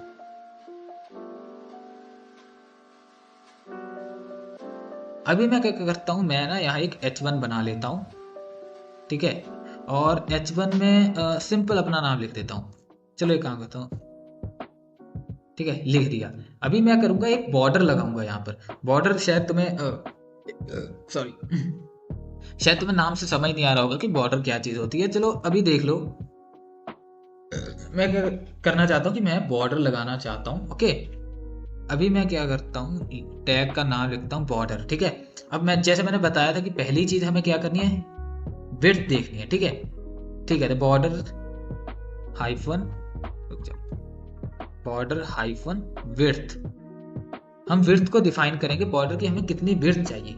चलो एक काम करते हैं, 10 लिख देते हैं, 10 px। ठीक है, अभी क्या कहते हैं कि ये चलेगा नहीं, क्योंकि इसको चलने के लिए अभी 2 चीज़ें और चाहिए। ठीक है, बॉर्डर की हमने विड्थ तो डिफाइन कर दी। अभी नेक्स्ट क्या करते हैं कि हम बॉर्डर का ना क्या कहते हैं, स्टाइल को डिफाइन करेंगे। ओके, हम बॉर्डर का क्या कहते हैं, स्टाइल को डिफाइन करेंगे। हाँ ओके, हम लिखेंगे बॉर्डर और यहाँ लिख देंगे स्टाइल। अभी इसके स्टाइल बहुत सारे हैं। ठीक है, वो हम आगे देखेंगे कौन कौन से हैं, 3-4 तो मैंने लिख के रखे हैं, एक उनमें से है सॉलिड। ठीक है, अभी इन चीज़ों में कंफ्यूज मत होना यार, अभी सब बताऊंगा क्या क्या हो रहा है यहाँ पर। ठीक है, थर्ड जो चीज़ हमें डिफाइन करनी है बॉर्डर को इम्प्लीमेंट करने के लिए, वो है बॉर्डर का कलर। ठीक है, बॉर्डर का कलर जैसे हम क्या करते हैं, ब्लू ले लेते हैं, नॉर्मल सी बात। ठीक है, नहीं तो रेड ले लेते हैं। चलो ठीक है। अभी तुम्हें बॉर्डर अपनी मतलब CSS में चाहिए, ठीक है, तो तुम्हें ये 3 चीजें डिफाइन करनी ही पड़ेंगी, इनके बिना बॉर्डर नहीं आएगा, ठीक है। हमने तीनों चीजें डिफाइन कर दी हैं, ठीक है। अभी हम क्या करेंगे, इसको रिफ्रेश करेंगे तो ये बॉर्डर एक आ चुका है। रुक जाओ, बड़ा करता हूँ इसको। ये एक बॉर्डर आ चुका है इसके आसपास, जैसा कि तुम देख सकते हो, ठीक है।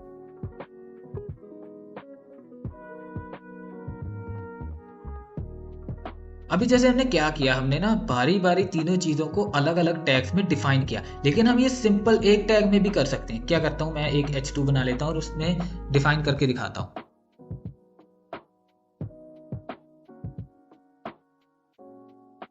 h2 करली ब्रैकेट्स, सिंपल लिखना है बॉर्डर, ठीक है। ओ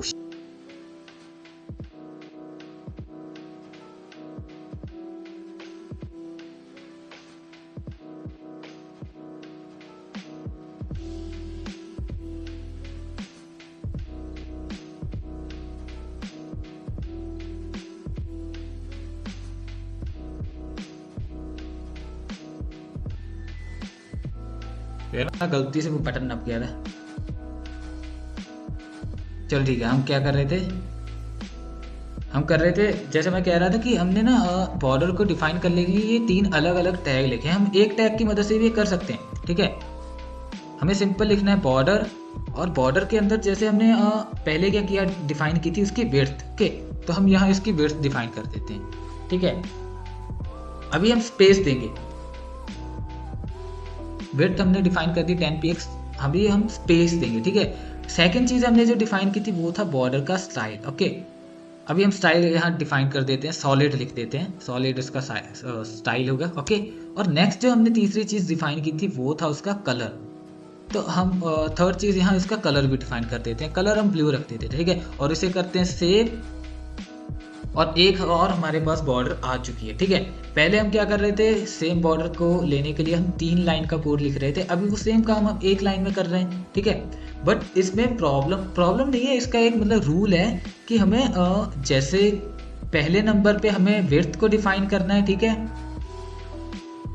अभी क्या हो रहा है, पहले नंबर पे विड्थ को डिफाइन करना है, दूसरे नंबर पे बॉर्डर का स्टाइल आना चाहिए, और तीसरे नंबर पे कलर, ठीक है। तीसरे नंबर पे कलर, हम इसे उल्टा पुल्टा डिफाइन नहीं कर सकते कि पहले कलर को डिफाइन कर दूंगा, उसके बाद उसका साइज विड्थ को डिफाइन कर देंगे, देन उसका स्टाइल, ऐसे नहीं कर सकते। इसका एक रूल है कि पहले विड्थ आएगी, देन स्टाइल आएगा, उसके बाद कलर आएगा, और उसके बाद रेडियस आएगा। पर रेडियस ऑप्शनल है, अगर तुम रेडियस से क्या होगा कि जो मतलब ये चीज़ है, इसको यार क्या बोलते हैं, चलो मैं तुम्हें करके दिखा देता हूँ। रेडियस कितना रख देते हैं हम, रेडियस हम 5px रख देते हैं, तुम देख लेना, तुम्हें समझ आ जाएगा। यहाँ एक राउंडनेस आ जाएगी। ओह क्या हो गया, रुक जाओ, इसको क्या हुआ, चलो इसे अलग से डिफाइन करते हैं। यहाँ क्या, बॉर्डर रेडियस 5px, हाँ। अभी तुम देखो, अगर यहाँ मैंने बॉर्डर रेडियस को यूज़ किया तो डिफरेंस तुम देख सकते हो, इसमें मैंने रेडियस को यूज़ नहीं किया, इसमें मैंने रेडियस को यूज़ किया है। इसकी जो क्या कहते हैं कॉर्नर्स हैं वो राउंड शेप में आ रहे हैं, और इसके जो है वो राउंड शेप में नहीं आ रहे हैं, तो यही डिफरेंस है रेडियस लगाने का और रेडियस नहीं यूज़ करने का, ओके। चलो ठीक है, अभी हम क्या करते हैं, हम ना जैसे अभी हम क्या करना चाहते हैं कि जो इसकी चारों साइड्स हैं, ठीक है, जैसे ये लेफ्ट है, ये टॉप है, ये राइट है, और ये बॉटम है, ठीक है। मैं चाहता हूँ इन चारों पे ना अलग अलग कलर आए, मैं ऐसा नहीं चाहता कि एक ही कलर आए, मैं चाहता हूँ कि अलग अलग कलर आए, ठीक है। तो एक काम करते हैं, हम ना यहाँ पर करते हैं, ठीक है, नहीं एक अलग से बनाते हैं। H2 को मैं हटा देता हूँ, H2 को हटा देता हूँ, और नहीं चलो एक काम करता हूँ, क्या होता है यार, हाँ ठीक है। अभी मैं क्या करता हूँ, बॉर्डर विड्थ, सबसे पहले हमने डिफाइन करना था विड्थ, ओके। तो विड्थ में हम क्या करने वाले हैं, हम ना चाहते हैं कि इसका जो लेफ्ट हो, ठीक है, उसकी जो विड्थ हो वो होनी चाहिए 4px, ओके। और इसका जो टॉप है, ठीक है, इसका भी एक रूल है बाय द वे, अगर हमने यूज करना है इसको तो हम इसे इस एंगल से यूज करेंगे। चलो मैं दिखा देता हूँ। सबसे पहले हम अगर जिसकी वैल्यू दे रहे हैं वो होगी लेफ्ट की, उसके बाद हम जो वैल्यू देंगे वो होगी राइट की, उसके बाद जो वैल्यू हम देंगे वो होगी लेफ्ट, सॉरी, सबसे पहले लेफ्ट की वैल्यू आएगी, देन टॉप की वैल्यू आएगी, उसके बाद राइट की वैल्यू आएगी और लास्ट में बॉटम की वैल्यू आने वाली है। ठीक है, तो हमने लेफ्ट को डिफाइन कर लिया, जो इसका लेफ्ट साइड है वो होना चाहिए 4px का। ओके, अब इसका टॉप देखते हैं।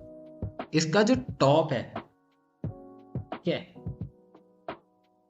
सॉरी लगता है, सॉरी यार, सबसे पहले टॉप आएगा, उसके बाद राइट आएगा, देन बॉटम, देन लेफ्ट आएगा। ठीक है, हमने टॉप डिफाइन कर दिया, सॉरी मैंने अभी देखा कॉपी में, टॉप डिफाइन कर दिया। अभी हम क्या करते हैं, हमें इसका राइट डिफाइन करना है, तो राइट की वैल्यू हम कर देते हैं 6px। ठीक है, अभी बॉटम डिफाइन करना है, बॉटम को अगेन हम 4 रख देते हैं। ठीक है, और जो लेफ्ट साइड है उसकी विड्थ हम क्या कर देते हैं, 4 कर देते हैं। ठीक है, नहीं इसकी कर देते हैं 10, तभी तो कुछ डिफरेंस पता चलेगा। ठीक है, अभी स्टाइल, बॉर्डर का स्टाइल, बॉर्डर के जैसे मैंने बताया था डिफरेंट स्टाइल होते हैं, चलो वो भी मैं तुम्हें अभी बता ही देता हूँ। ठीक है, टॉप के लिए हम स्टाइल को यूज करते हैं डॉटेड।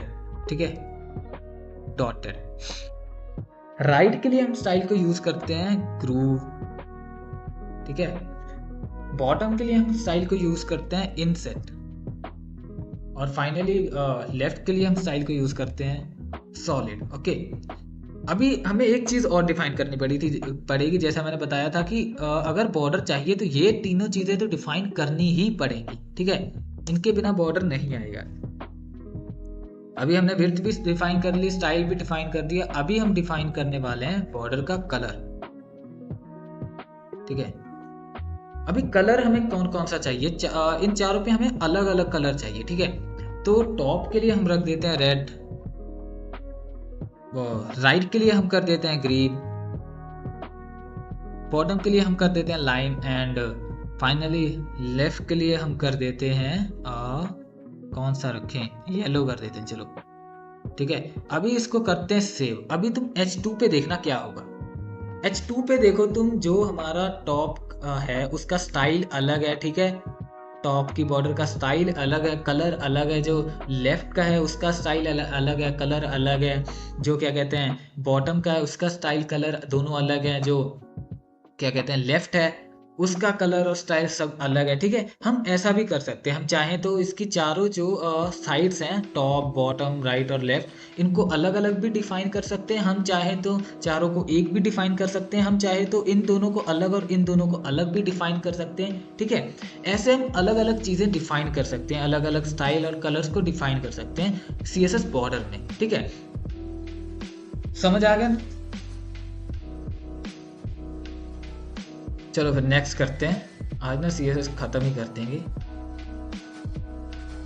चलो ये हो चुका है, CSS बॉर्डर हो चुका है। अभी हम क्या करते हैं कि हम क्या देखते हैं CSS बॉक्स मॉडल को। ओके, ये बहुत ही इंपॉर्टेंट और इंटरेस्टिंग टॉपिक है, तो इसे भी देख लेते हैं। इसको करते हैं राइट सेव। ठीक, अभी देखते हैं CSS बॉक्स मॉडल को। रुक जाओ, यहाँ लिखते हैं। चलो जी, तो बॉक्स मॉडल में हम क्या देखने वाले हैं, बेसिकली दो चीज़ें देखेंगे जो बहुत इंपॉर्टेंट है, पैडिंग और मार्जिन। ठीक है, हम दो चीज़ें देखने वाले हैं। तो सबसे पहले क्या करते हैं, साथ साथ में देखते हैं। पहले तो एक बॉर्डर बना लेते हैं और उसके अंदर कोई कंटेंट डिफाइन कर देते हैं। चलो मैं अपना नाम ही लिख देता हूँ, मैं अगेन बार बार यही लिखे जा रहा हूँ मैं। ठीक है, और हमें बॉर्डर बनाना है तो सिंपल H1 लिखेंगे, कर्ली ब्रैकेट स्टार्ट करेंगे, बॉर्डर सिंपल लिख देंगे 4px, ग्रूव, कलर कर देते हैं, चलो ये कर देते हैं। अभी तुम देखो कि हमारा एक बॉर्डर बन चुका है। ठीक है, अभी मुझे क्या करना है, मुझे ना पैडिंग करनी है। पैडिंग क्या करनी है, जैसे तुम देखो ये जो चीज़ है ये मेरा नाम है बिल्कुल ही बॉर्डर के साथ जुड़ रखा है, ठीक है। ये मैं चाहता हूँ कि ये चीज़ ना हो, तो मैं सिंपल करूँगा, यहाँ लिख दूंगा पैडिंग। और पैडिंग भी मुझे कहाँ से चाहिए? ओहो, ये क्या हो गया? ओके, पैडिंग मुझे कहाँ से चाहिए? मुझे ना इस साइड से पैडिंग चाहिए। ओके, तो ये लेफ्ट साइड है, तो मैं क्या करूँगा, यहाँ लिख दूंगा पैडिंग हाइफन लेफ्ट। और मुझे कितनी चाहिए? चलो मैं सिंपल एक बार 10 px पैडिंग ले लेता हूँ। मैंने लिखी और 10 px ये इस तरफ से खिसक गया। ओके, अगर मैं यहाँ लिख दूँ कि सिर्फ पैडिंग लिख देता, तो ये क्या करता है, ये चारों ओर से 10-10 px की पैडिंग ले लेता, जैसे इसने अभी ले ली। ओके, अभी जैसे मैं क्या कहता हूँ कि अभी मैं लेफ्ट की जगह अगर राइट लिख देता, तो वो इस जगह से पैडिंग ले लेता, ठीक है, इस वाली जगह से राइट से लेफ्ट की ओर मूव कर जाता, ठीक है। तो तुम्हें पैडिंग अगर मतलब चाहिए अपने अकॉर्डिंग तुम डिसाइड कर सकते हो। जैसे मैं यहाँ क्या करता हूँ कि मैं पैडिंग टॉप से ले लेता हूँ, ठीक है। कितनी लेनी है मुझे? 5 px ले लेता हूँ। अभी इससे करता हूँ रिफ्रेश, और इसने टॉप से 5% पैडिंग ले ली। ओके, तो यही चीज़ है पैडिंग का फंडा, कि पैडिंग क्या करता है, जैसे तुम बॉर्डर के अंदर हो, ठीक है, कंटेंट है तुम्हारा बॉर्डर के अंदर, और तुम चाहते हो कि ये मतलब सही दिखे, जैसे बिना पैडिंग के हम एक बार देख लेते हैं कैसा दिख रहा था ये। मैं इसे कमेंट कर रहा हूँ बाय द वे। अभी तुम देखो, हमारा जो कंटेंट है बिल्कुल ही मतलब ना बॉर्डर के साथ जुड़ चुका है, बॉटम से भी, टॉप से भी, राइट लेफ्ट से भी, ठीक है। तो अभी मैं चाहता हूँ कि ये थोड़ा सा ना मतलब सही हो जाए, जुड़े ना, मतलब उससे थोड़ा सा सही दिखने लग जाए। तो मैं क्या कर रहा, मैंने ना पैडिंग लेफ्ट ले ली, क्योंकि मुझे लेफ्ट साइड से चाहिए था कि कंटेंट उसके साथ जुड़ रहा है, तो मैं थोड़ा सा ये खिसक जाएगा इस और, ठीक है। तो मैंने पैडिंग लेफ्ट ले ली और इसे करता हूँ सेव, और इसे रिफ्रेश किया, तो ये देखो तुम, एक मिनट, मैंने टॉप वाली भी ले रखी है, इसे डिलीट करता हूँ। अभी देखो, इसने लेफ्ट से पैडिंग ले ली। अभी दूसरी दिक्कत क्या आ रही है कि ये ना बॉटम से भी थोड़ा सा चिपक रहा है कंटेंट हमारा, जो ये वाई और जे बॉटम की ओर भी झुक रहे हैं, ठीक है। क्या करते हैं, अभी हमें बॉटम की ओर दिक्कत है पैडिंग की, तो हम पैडिंग बॉटम कर देते हैं, और 5 px की पैडिंग बॉटम से भी ले लेते हैं, ठीक है। अभी देखो हमारा जो कंटेंट है बिल्कुल ही परफेक्ट दिख रहा है, ठीक है। अभी इसे मैं एक बार बड़ा कर लेता हूँ, ठीक है। ओके, ये तो काम था हमारा पैडिंग का। अभी ये काम था हमारा पैडिंग का। ओके, इसे थोड़ा सा ना बड़ा कर लेते हैं, ठीक है। ये तो काम था हमारा पैडिंग का। अभी हम नेक्स्ट चीज क्या देखने वाले हैं, मार्जिन। मार्जिन कुछ नहीं यार, मार्जिन भी बहुत सिंपल चीज है। चलो एक काम क्या करता हूँ, एक H2 बना लेता हूँ। चलो यार, यहाँ सेम चीज लिखता हूँ।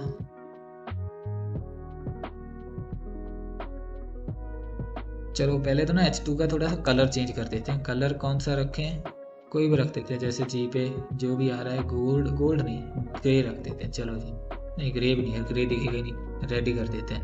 मैंने जैसे इसका कलर लिख दिया। अभी मैं इसको बड़ा करके दिखाता हूँ। तुम ये ध्यान से चीज़ देखो, ये ना जो कंटेंट हमारा आ रहा है वो लेफ्ट साइड की ओर आ रहा है, ठीक है। मैं चाहता हूँ कि ये थोड़ा सा इधर की ओर हो जाए।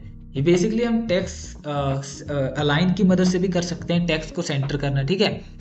बट मैं चाहता हूँ कि ये सेंटर में ना आए, थोड़ा सा इधर को खिसक जाए, ठीक है। चलो एक काम करता हूँ, फिर इसके क्या करते हैं, यहाँ हम यूज करेंगे मार्जिन का। मैंने मार्जिन लिखा। अब मुझे किस ओर से मार्जिन चाहिए, मुझे चाहिए लेफ्ट की ओर से मार्जिन। तो मैं यहाँ लिखूंगा मार्जिन हाइफन लेफ्ट। और कितनी चाहिए, चलो मैं मानता हूँ कि 10 px चाहिए। और ये मार्जिन का जो फंडा है, ये सिर्फ टेक्स्ट पे नहीं, तुम पिक्चर्स पे, तुम बॉर्डर पे, ठीक है, तुम किसी भी और चीज पे यूज कर सकते हो। अभी तुम देखना, ये 10 px की मार्जिन ने ऑलरेडी ले रखी है, शायद तुम्हें दिखी नहीं होगी, मैं दोबारा से दिखाता हूँ। थोड़ी सी बढ़ा लेते हैं, चलो मैं 50 की क्या कर लेता हूँ मार्जिन। अभी तुम देखो टेक्स्ट ये यहाँ से मूव हो चुका है, ठीक है। अभी मैं चाहता हूँ कि मार्जिन मैं टॉप से भी ले लूँ थोड़ी सी।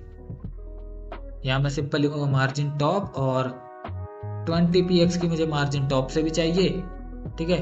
मैं यहाँ लिखता हूँ, क्या दिक्कत होगी, शायद ये पेज के अकॉर्डिंग आ नहीं रहा, ठीक है, कोई बात नहीं।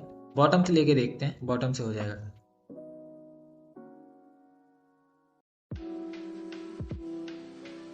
इसे क्या दिक्कत होगी अब? एक काम करता हूँ, H1 को ना हटा देता हूँ, ये थोड़ा दिक्कत दे रहा है, इसे भी हटा दिया।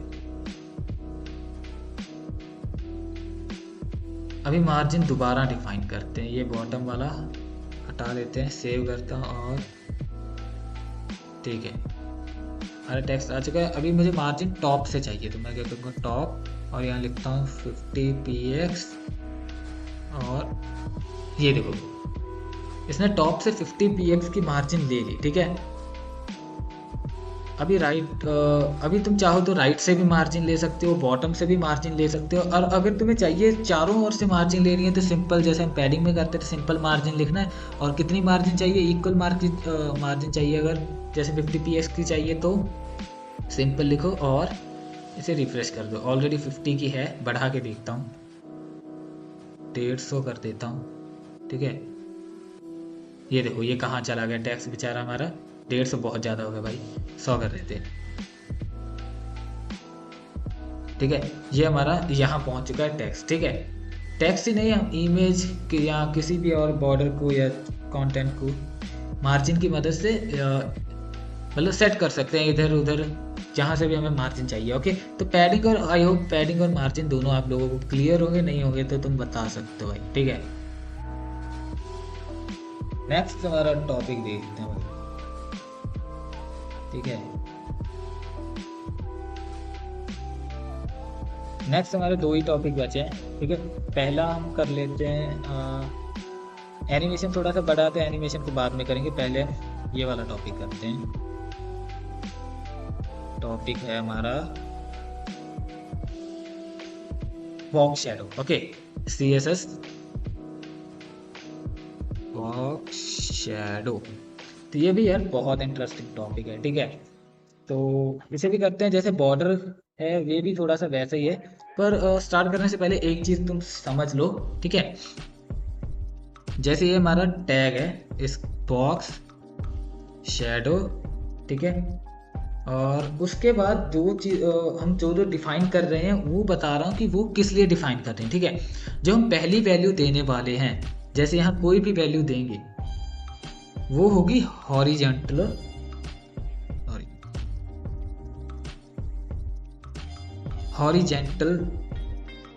Value, okay, horizontal offset, okay, पहली होगी। इसे बड़ा करना पड़ेगा यार, नहीं तो समझ नहीं आएगा ये, ठीक है। नेक्स्ट जो वैल्यू होने वाली है वो होगी वर्टिकली ऑफसेट, ठीक है। जो थर्ड वैल्यू आने वाली है, कॉमा लगा दूं यार यहाँ, नहीं तो पता नहीं लगेगा। जो हमारी थर्ड वैल्यू होगी वो होगी ब्लर की, ठीक है, कि कितना ब्लर रखना है, ठीक है। फोर्थ वैल्यू होने वाली है हमारी स्प्रेड, ठीक है। इसे तुम याद रखना, हो सके तो कहीं लिख लेना। और नेक्स्ट जो हमारी वैल्यू होगी वो होगी कलर की, ठीक है। तो ये 5 चीज़ें हम करने वाले हैं बॉक्स शैडो की मदद से, ठीक है। ये 5 चीज़ें डिफाइन करनी पड़ेंगी बेसिकली। तो चलो एक काम करते हैं, इसका प्रैक्टिकल करते हैं, फिर ज़्यादा समझ आएगा, ऐसे कुछ समझ आने वाला है नहीं। तो इसे हटा देते हैं, या नहीं इसे हटा ही देते हैं, ठीक है। नया बनाते हैं, H1 बनाएंगे, H1, और इस बार शायद कुछ और लिख देते हैं। क्या लिखें, क्या लिखें, क्या लिखें, क्या लिखें, क्या लिखें, सब्सक्राइब लिख देते हैं, ठीक है। अभी क्या करते हैं, H1 का ना बॉर्डर बना लेते हैं। दिखने में दिक्कत नहीं हो रही ना भाई, हमें क्या करना है, इस H1 का बॉर्डर बना लेना है एक नॉर्मल, लिखेंगे H1 करली ब्रैकेट स्टार्ट किया, बॉर्डर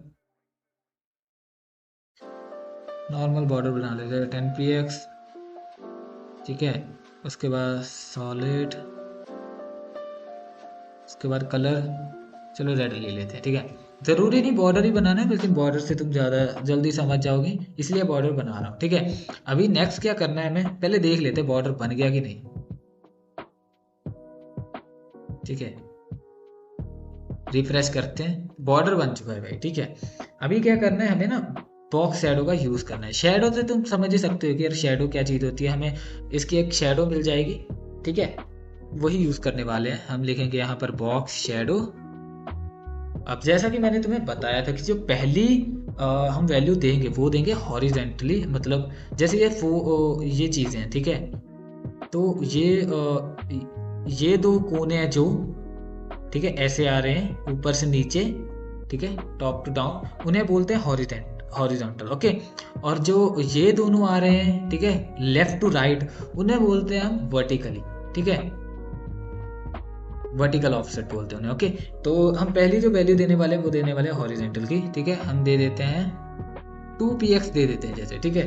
नेक्स्ट हम वर्टिकल की वैल्यू देने वाले हैं, वो भी 2px ही दे देते हैं। थर्ड हमने क्या देखा था, एक बार वापस चल के देखते हैं, ठीक है। हमने हॉरिजेंटल की वैल्यू दे दी, हमने वर्टिकल की भी वैल्यू दे दी। अब हमें देनी है ब्लर की वैल्यू कि कितना ब्लर होना चाहिए, ओके। चलो ठीक है, हम क्या करते हैं, हम कहते हैं कि चलो 5px का ब्लर चाहिए हमें, ठीक है। अभी हमने ब्लर भी ले लिया। अभी हम नेक्स्ट चाहिए स्प्रेड, मतलब कलर कितना फैलना चाहिए, स्प्रेड जैसे मतलब फैलना, तो कितना कलर मतलब स्प्रेड होना चाहिए। चलो हम क्या कहते हैं 10px का हमें स्प्रेड भी चाहिए, ठीक है। और लास्ट में हमें कलर चाहिए। कलर कौन सा चाहिए, कलर कौन सा लें, चलो एक काम करते हैं ना,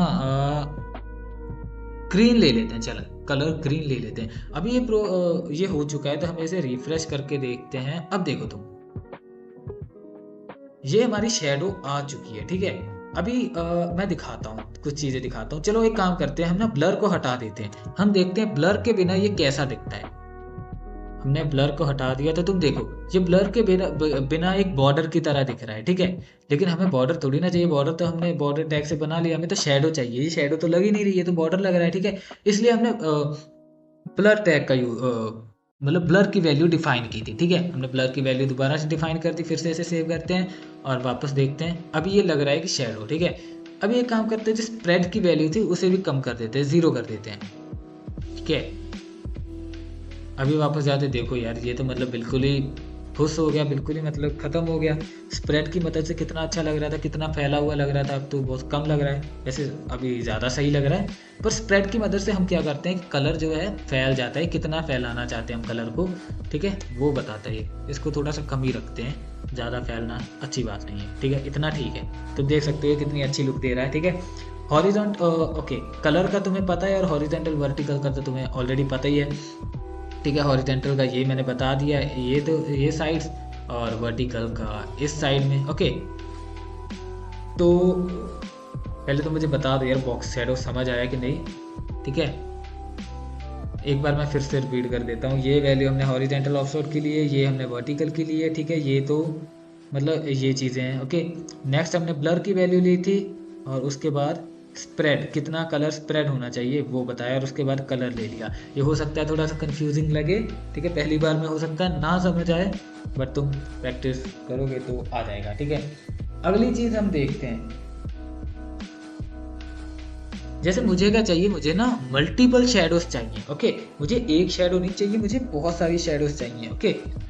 तो वो कैसे आएंगी, सिंपल सी बात है यार, पहले इसे बड़ा करते हैं फिर ज़्यादा समझ आएगा। देखो सिंपल सी बात है, ये एक शेडो हो चुकी है, ठीक है। अभी मुझे क्या करना है, एक और शेडो चाहिए, तो मैं क्या करूँगा, यहाँ पर कॉमा लगाऊंगा और नेक्स्ट सेम काम मैं फिर से वही करूँगा। मैं पहली वैल्यू किसकी दे रहा हूँ, हॉरिजॉन्टल की, सेकंड वैल्यू किसको दे रहा हूँ, वर्टिकल की, थर्ड वैल्यू में ब्लर दे रहा हूँ। ब्लर कितना चाहिए मुझे, चलो मुझे 2px का ब्लर चाहिए, ओके। मुझे स्प्रेड कितना चाहिए, 2px का ही मुझे स्प्रेड चाहिए, मतलब इतना ही फैलना चाहिए कलर। और कलर कौन सा चाहिए, इस बार मैं क्या कहता हूँ यार, मुझे ना कलर चाहिए, पिंक कलर चाहिए, चलो मान लो, ठीक है भाई।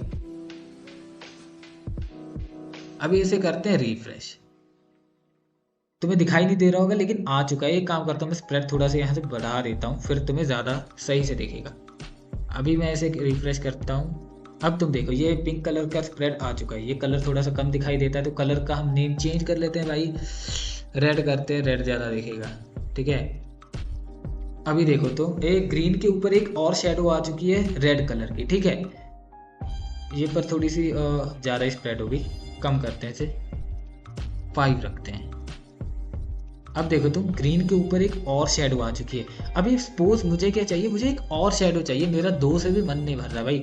क्या कर रहा हूँ कि मुझे एक और शेडो चाहिए। चलो ठीक है, एक और शेडो बना लेते हैं। 2px फिर से हॉरिजेंटल की वैल्यू देते हैं, फिर से वर्टिकल की वैल्यू देते हैं। ब्लर कितना चाहिए हमें? 5px का ब्लर चाहिए। स्प्रेड कितना चाहिए हमें?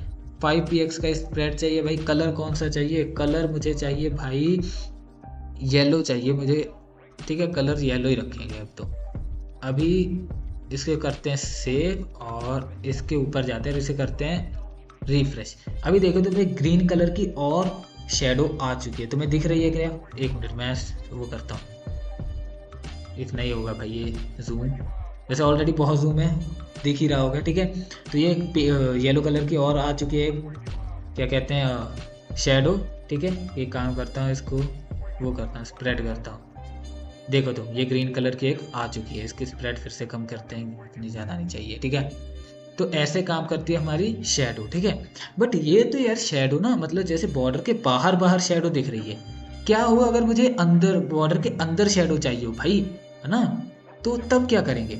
ठीक है भाई, तुम्हें अंदर चाहिए ना शेडो, ठीक है, तुम कहोगे तो अंदर भी कर देंगे शेडो, ठीक है। तो अभी क्या चाहिए मुझे? बॉर्डर के अंदर शेडो चाहिए, फिर से वही काम करना पड़ेगा। हॉरिजेंटल वैल्यू दे रहे हैं हम, नेक्स्ट वर्टिकल की वैल्यू दे रहे हैं। ब्लर कितना चाहिए? 4px का ब्लर चाहिए भाई। स्प्रेड कितना चाहिए? 4px नहीं, अभी 6px का स्प्रेड चाहिए। और कलर कौन सा चाहिए? अभी अंदर के लिए हम क्या करते हैं, ब्लू कलर को यूज़ करते हैं भाई, ठीक है। अभी इसे करते हैं रिफ्रेश। ओ सॉरी सॉरी, दिक्कत हो गई थोड़ी सी। ये तो नॉर्मल काम ही हो गया, हमें अंदर की ओर चाहिए ना, तो हम यहाँ सिंपल सी एक चीज और लिखेंगे, इन सेट, ठीक है, इन सेट। अभी देखो तो ये अंदर की ओर जा रही है, लेकिन इसके साथ साथ ये शेडो क्यों नहीं आ रही? ओके ओके, हमने एक गलती कर दी। हमें एक ही बार में शेडो को डिफाइन करना पड़ेगा, एक ही टैग लगाना पड़ेगा। बॉक्स शेडो का हम 2 लगाएंगे, तो वो उनमें से एक को ही उठाएगा और दूसरे वाले को उठाएगा, पहले वाले को मानेगा ही नहीं कि तुमने कुछ लिखा है, ठीक है।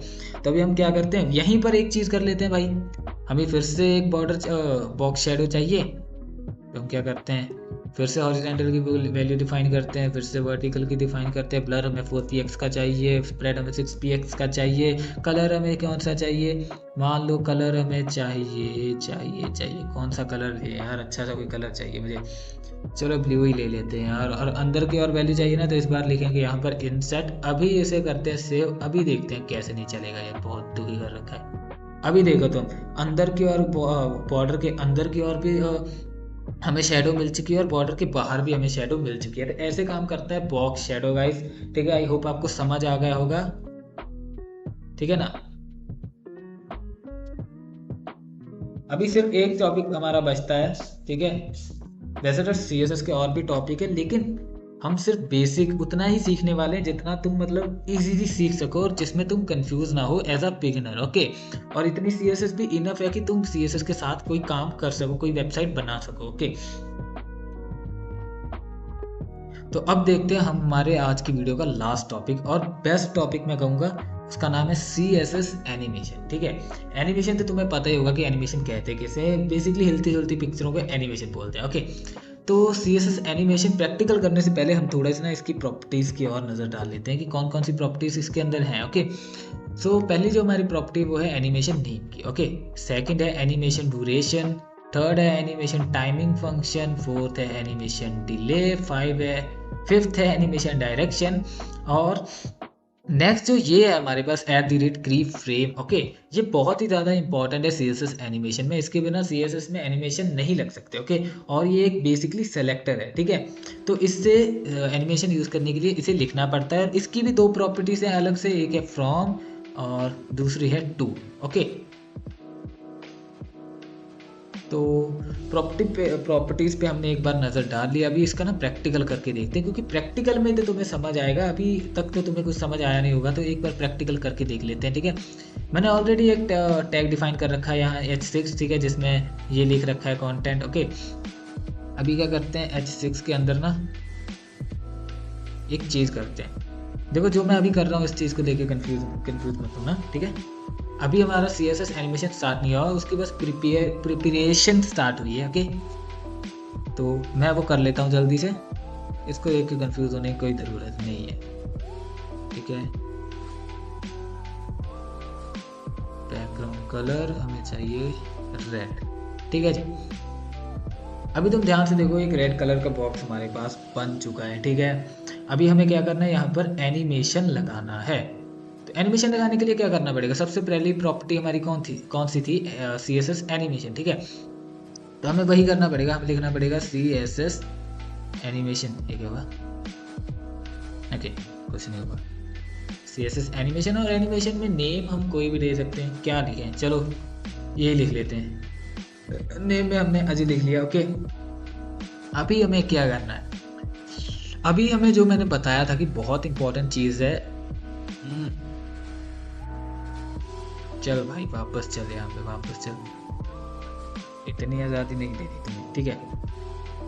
अभी हमें क्या करना है, अभी जैसा कि मैंने बोला था कि ये जो सेलेक्टर है ये यूज़ करना ही पड़ेगा अगर CSS में एनिमेशन को यूज़ करना है भाई, ठीक है ना।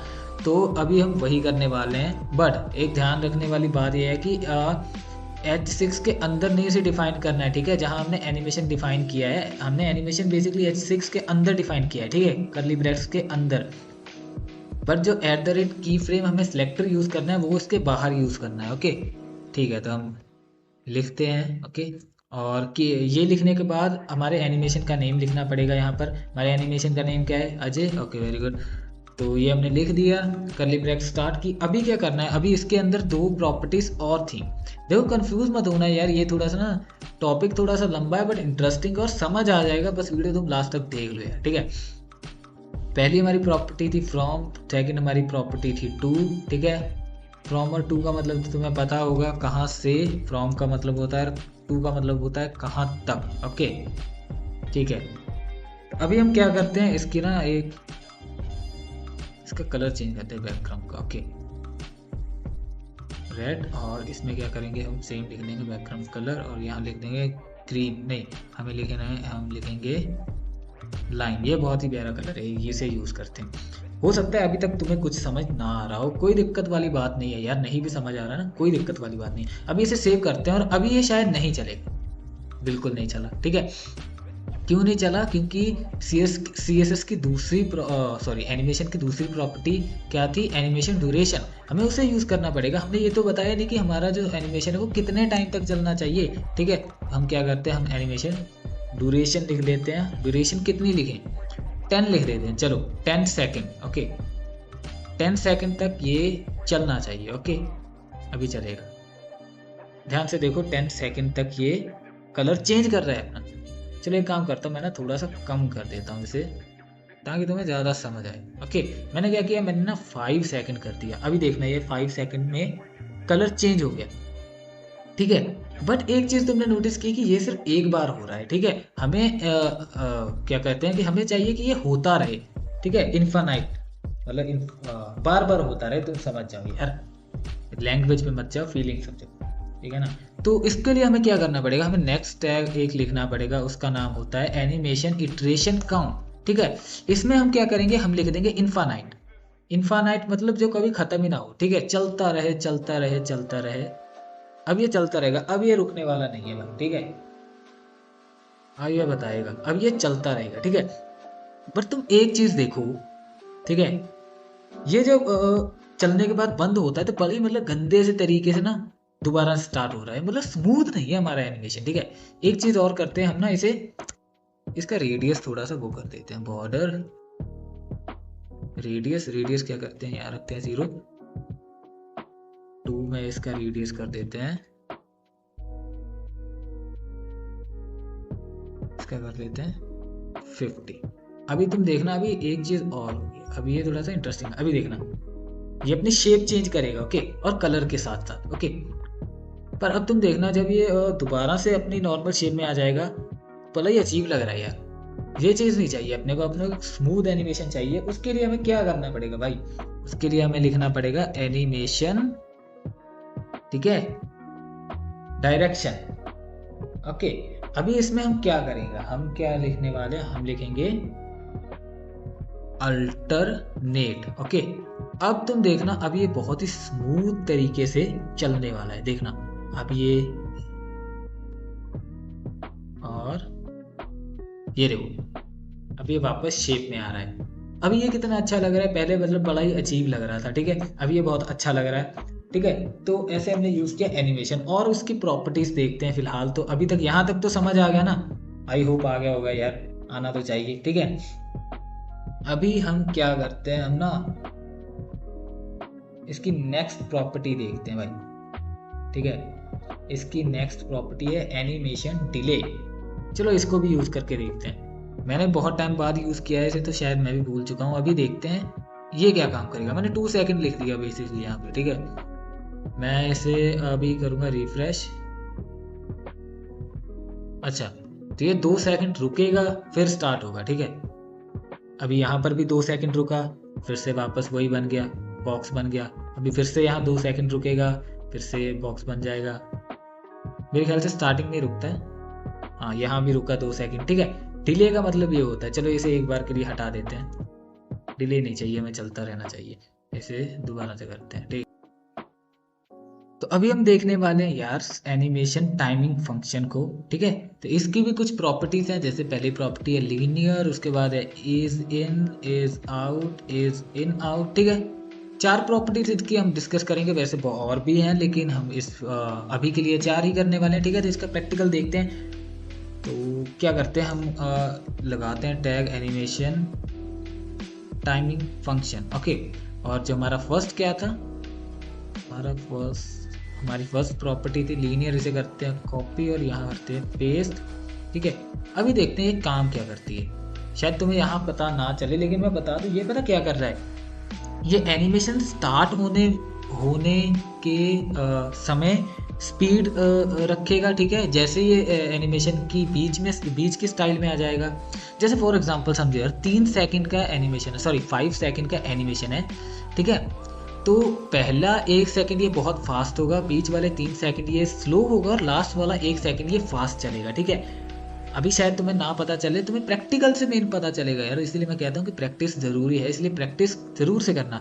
अभी लीनियर का मतलब है कि ये स्टार्टिंग में फास्ट होगा और लास्ट में फास्ट होगा, बीच वाला पोर्शन इसका स्लो होगा, ठीक है। शायद तुम्हें अभी ना पता चल रहा होगा, लेकिन तब जब तुम खुद प्रैक्टिस करोगे ना, तुम्हें बहुत अच्छे से चीज़ें पता चलेंगी। सेकंड है हमारा एज इन, ओके। इसे भी ट्राई करते हैं, सॉरी यार अगर मैं प्रोनाउंसिएशन गलत कर रहा हूँ तो, ठीक है। इसका होगा कि ये स्टार्ट स्लो करेगा, ठीक है, लेकिन उसके बाद तेज हो जाएगा। देखना, ये स्टार्ट स्लो करेगा, उसके बाद ये तेज हो जाएगा। अब ये तेजी से वर्क कर रहा है, ठीक है। एक बार और देख लो, चलो। अब ये धीरे धीरे स्टार्ट हो रहा है, लेकिन अभी लास्ट में ये तेज हो जा रहा है, ठीक है। उसके बाद हम देखते हैं एज आउट, ठीक है। जैसा एज इन में हो रहा था कि स्टार्ट स्लो लेता है लेकिन लास्ट में तेज हो जाता है, इसका ऐसा है कि स्टार्ट तेज लेगा भाई ये, लेकिन लास्ट में ये एनिमेशन स्लो हो जाएगा। अभी देखना, स्टार्ट इसने कितना तेज लिया, लेकिन लास्ट में ये क्या होने वाला है, ये स्लो होने वाला है, ठीक है। अभी नेक्स्ट जो हमारा है एज इन आउट, ये क्या करने वाला है, अच्छा ये बताता हूँ। ये वाला एज इन आउट, इसमें क्या होगा कि जो स्टार्टिंग और एंडिंग है वो दोनों स्लो रहने वाली है, लेकिन जो बीच वाला पार्ट है ना वो फास्ट चलेगा। अभी इसे भी देख लेते हैं क्या करता है ये, कर भाई क्या करेगा, देखना। स्टार्टिंग स्लो, बीच में ये फास्ट हो गया, उसके बाद लास्ट में ये फिर से स्लो हो गया, ठीक है। यही कुछ प्रॉपर्टीज थी जो हम इसमें डिस्कस करने वाले थे, ठीक है। बस यार आज की वीडियो में इतना ही। अगर हो सका इसकी नेक्स्ट कोई वीडियो आई तो उसमें हम प्रोजेक्ट भी रखेंगे, और मैं सोच रहा हूँ कि CSS एडवांस की भी एक वीडियो लाएंगे हम ज़रूर से, ठीक है, जिसमें एक प्रोजेक्ट भी रखेंगे, वेबसाइट बना के देखेंगे। लेकिन अभी के लिए तुम्हारे लिए इतना बहुत है, जितना भी तुमने ये सीखा है इन 2 वीडियोज़ में, ओके, पार्ट 1 और पार्ट 2 में, उस सबको प्रैक्टिकली इम्प्लीमेंट करना सीखो, ठीक है। CSS बहुत ही अमेजिंग और ईजी लैंग्वेज है, इसलिए मैंने स्टार्ट CSS से किया था कि मैं फर्स्ट जो लैंग्वेज सिखाना स्टार्ट करूँगा वो CSS होगी। तो ज़रूर से यार इसको ट्राई करना, ठीक है। और ऐसा नहीं है कि CSS इतनी है, और भी बहुत चीज़ें इसमें एडवांस, वो हम आगे देखेंगे, फ़िलहाल इतना बहुत है यार, ठीक है। तो कैसी लगी आपको वीडियो, कैसा लगा ये पूरा कोर्स, ये 2 पार्ट्स में डिवाइडेड था। पहला बार थोड़ा सा दिक्कत हो रही थी यार, क्योंकि ना उसमें इंटरनेट का इशू आ रहा था, ठीक है। इसलिए सेकंड वीडियो में हमने पूरा सीरीज को कवर कर दिया, कुछ चीज़ें पहले पार्ट में, कुछ चीज़ें लास्ट के पार्ट, ये सेकंड पार्ट में, ठीक है। तो आपको जैसी वीडियो लगी, आपको करना कुछ नहीं है, बस वीडियो को पूरा देखना है, लाइक सब्सक्राइब कमेंट करना है, चैनल को सब्सक्राइब करना है, और जितनी भी इस वीडियो में कमियां हैं, ठीक है, जो भी मुझे लगी, आगे की वीडियोस में आपको शिकायत का मौका नहीं मिलेगा, ठीक है। और ऐसे मैं अमेजिंग कोर्स लाता रहूँगा आप सबके लिए। बहुत बोलिए अब, थैंक यू सो मच, और प्लीज़ ज़रूर शेयर सब्सक्राइब कर देना चैनल, ठीक है। Thank you.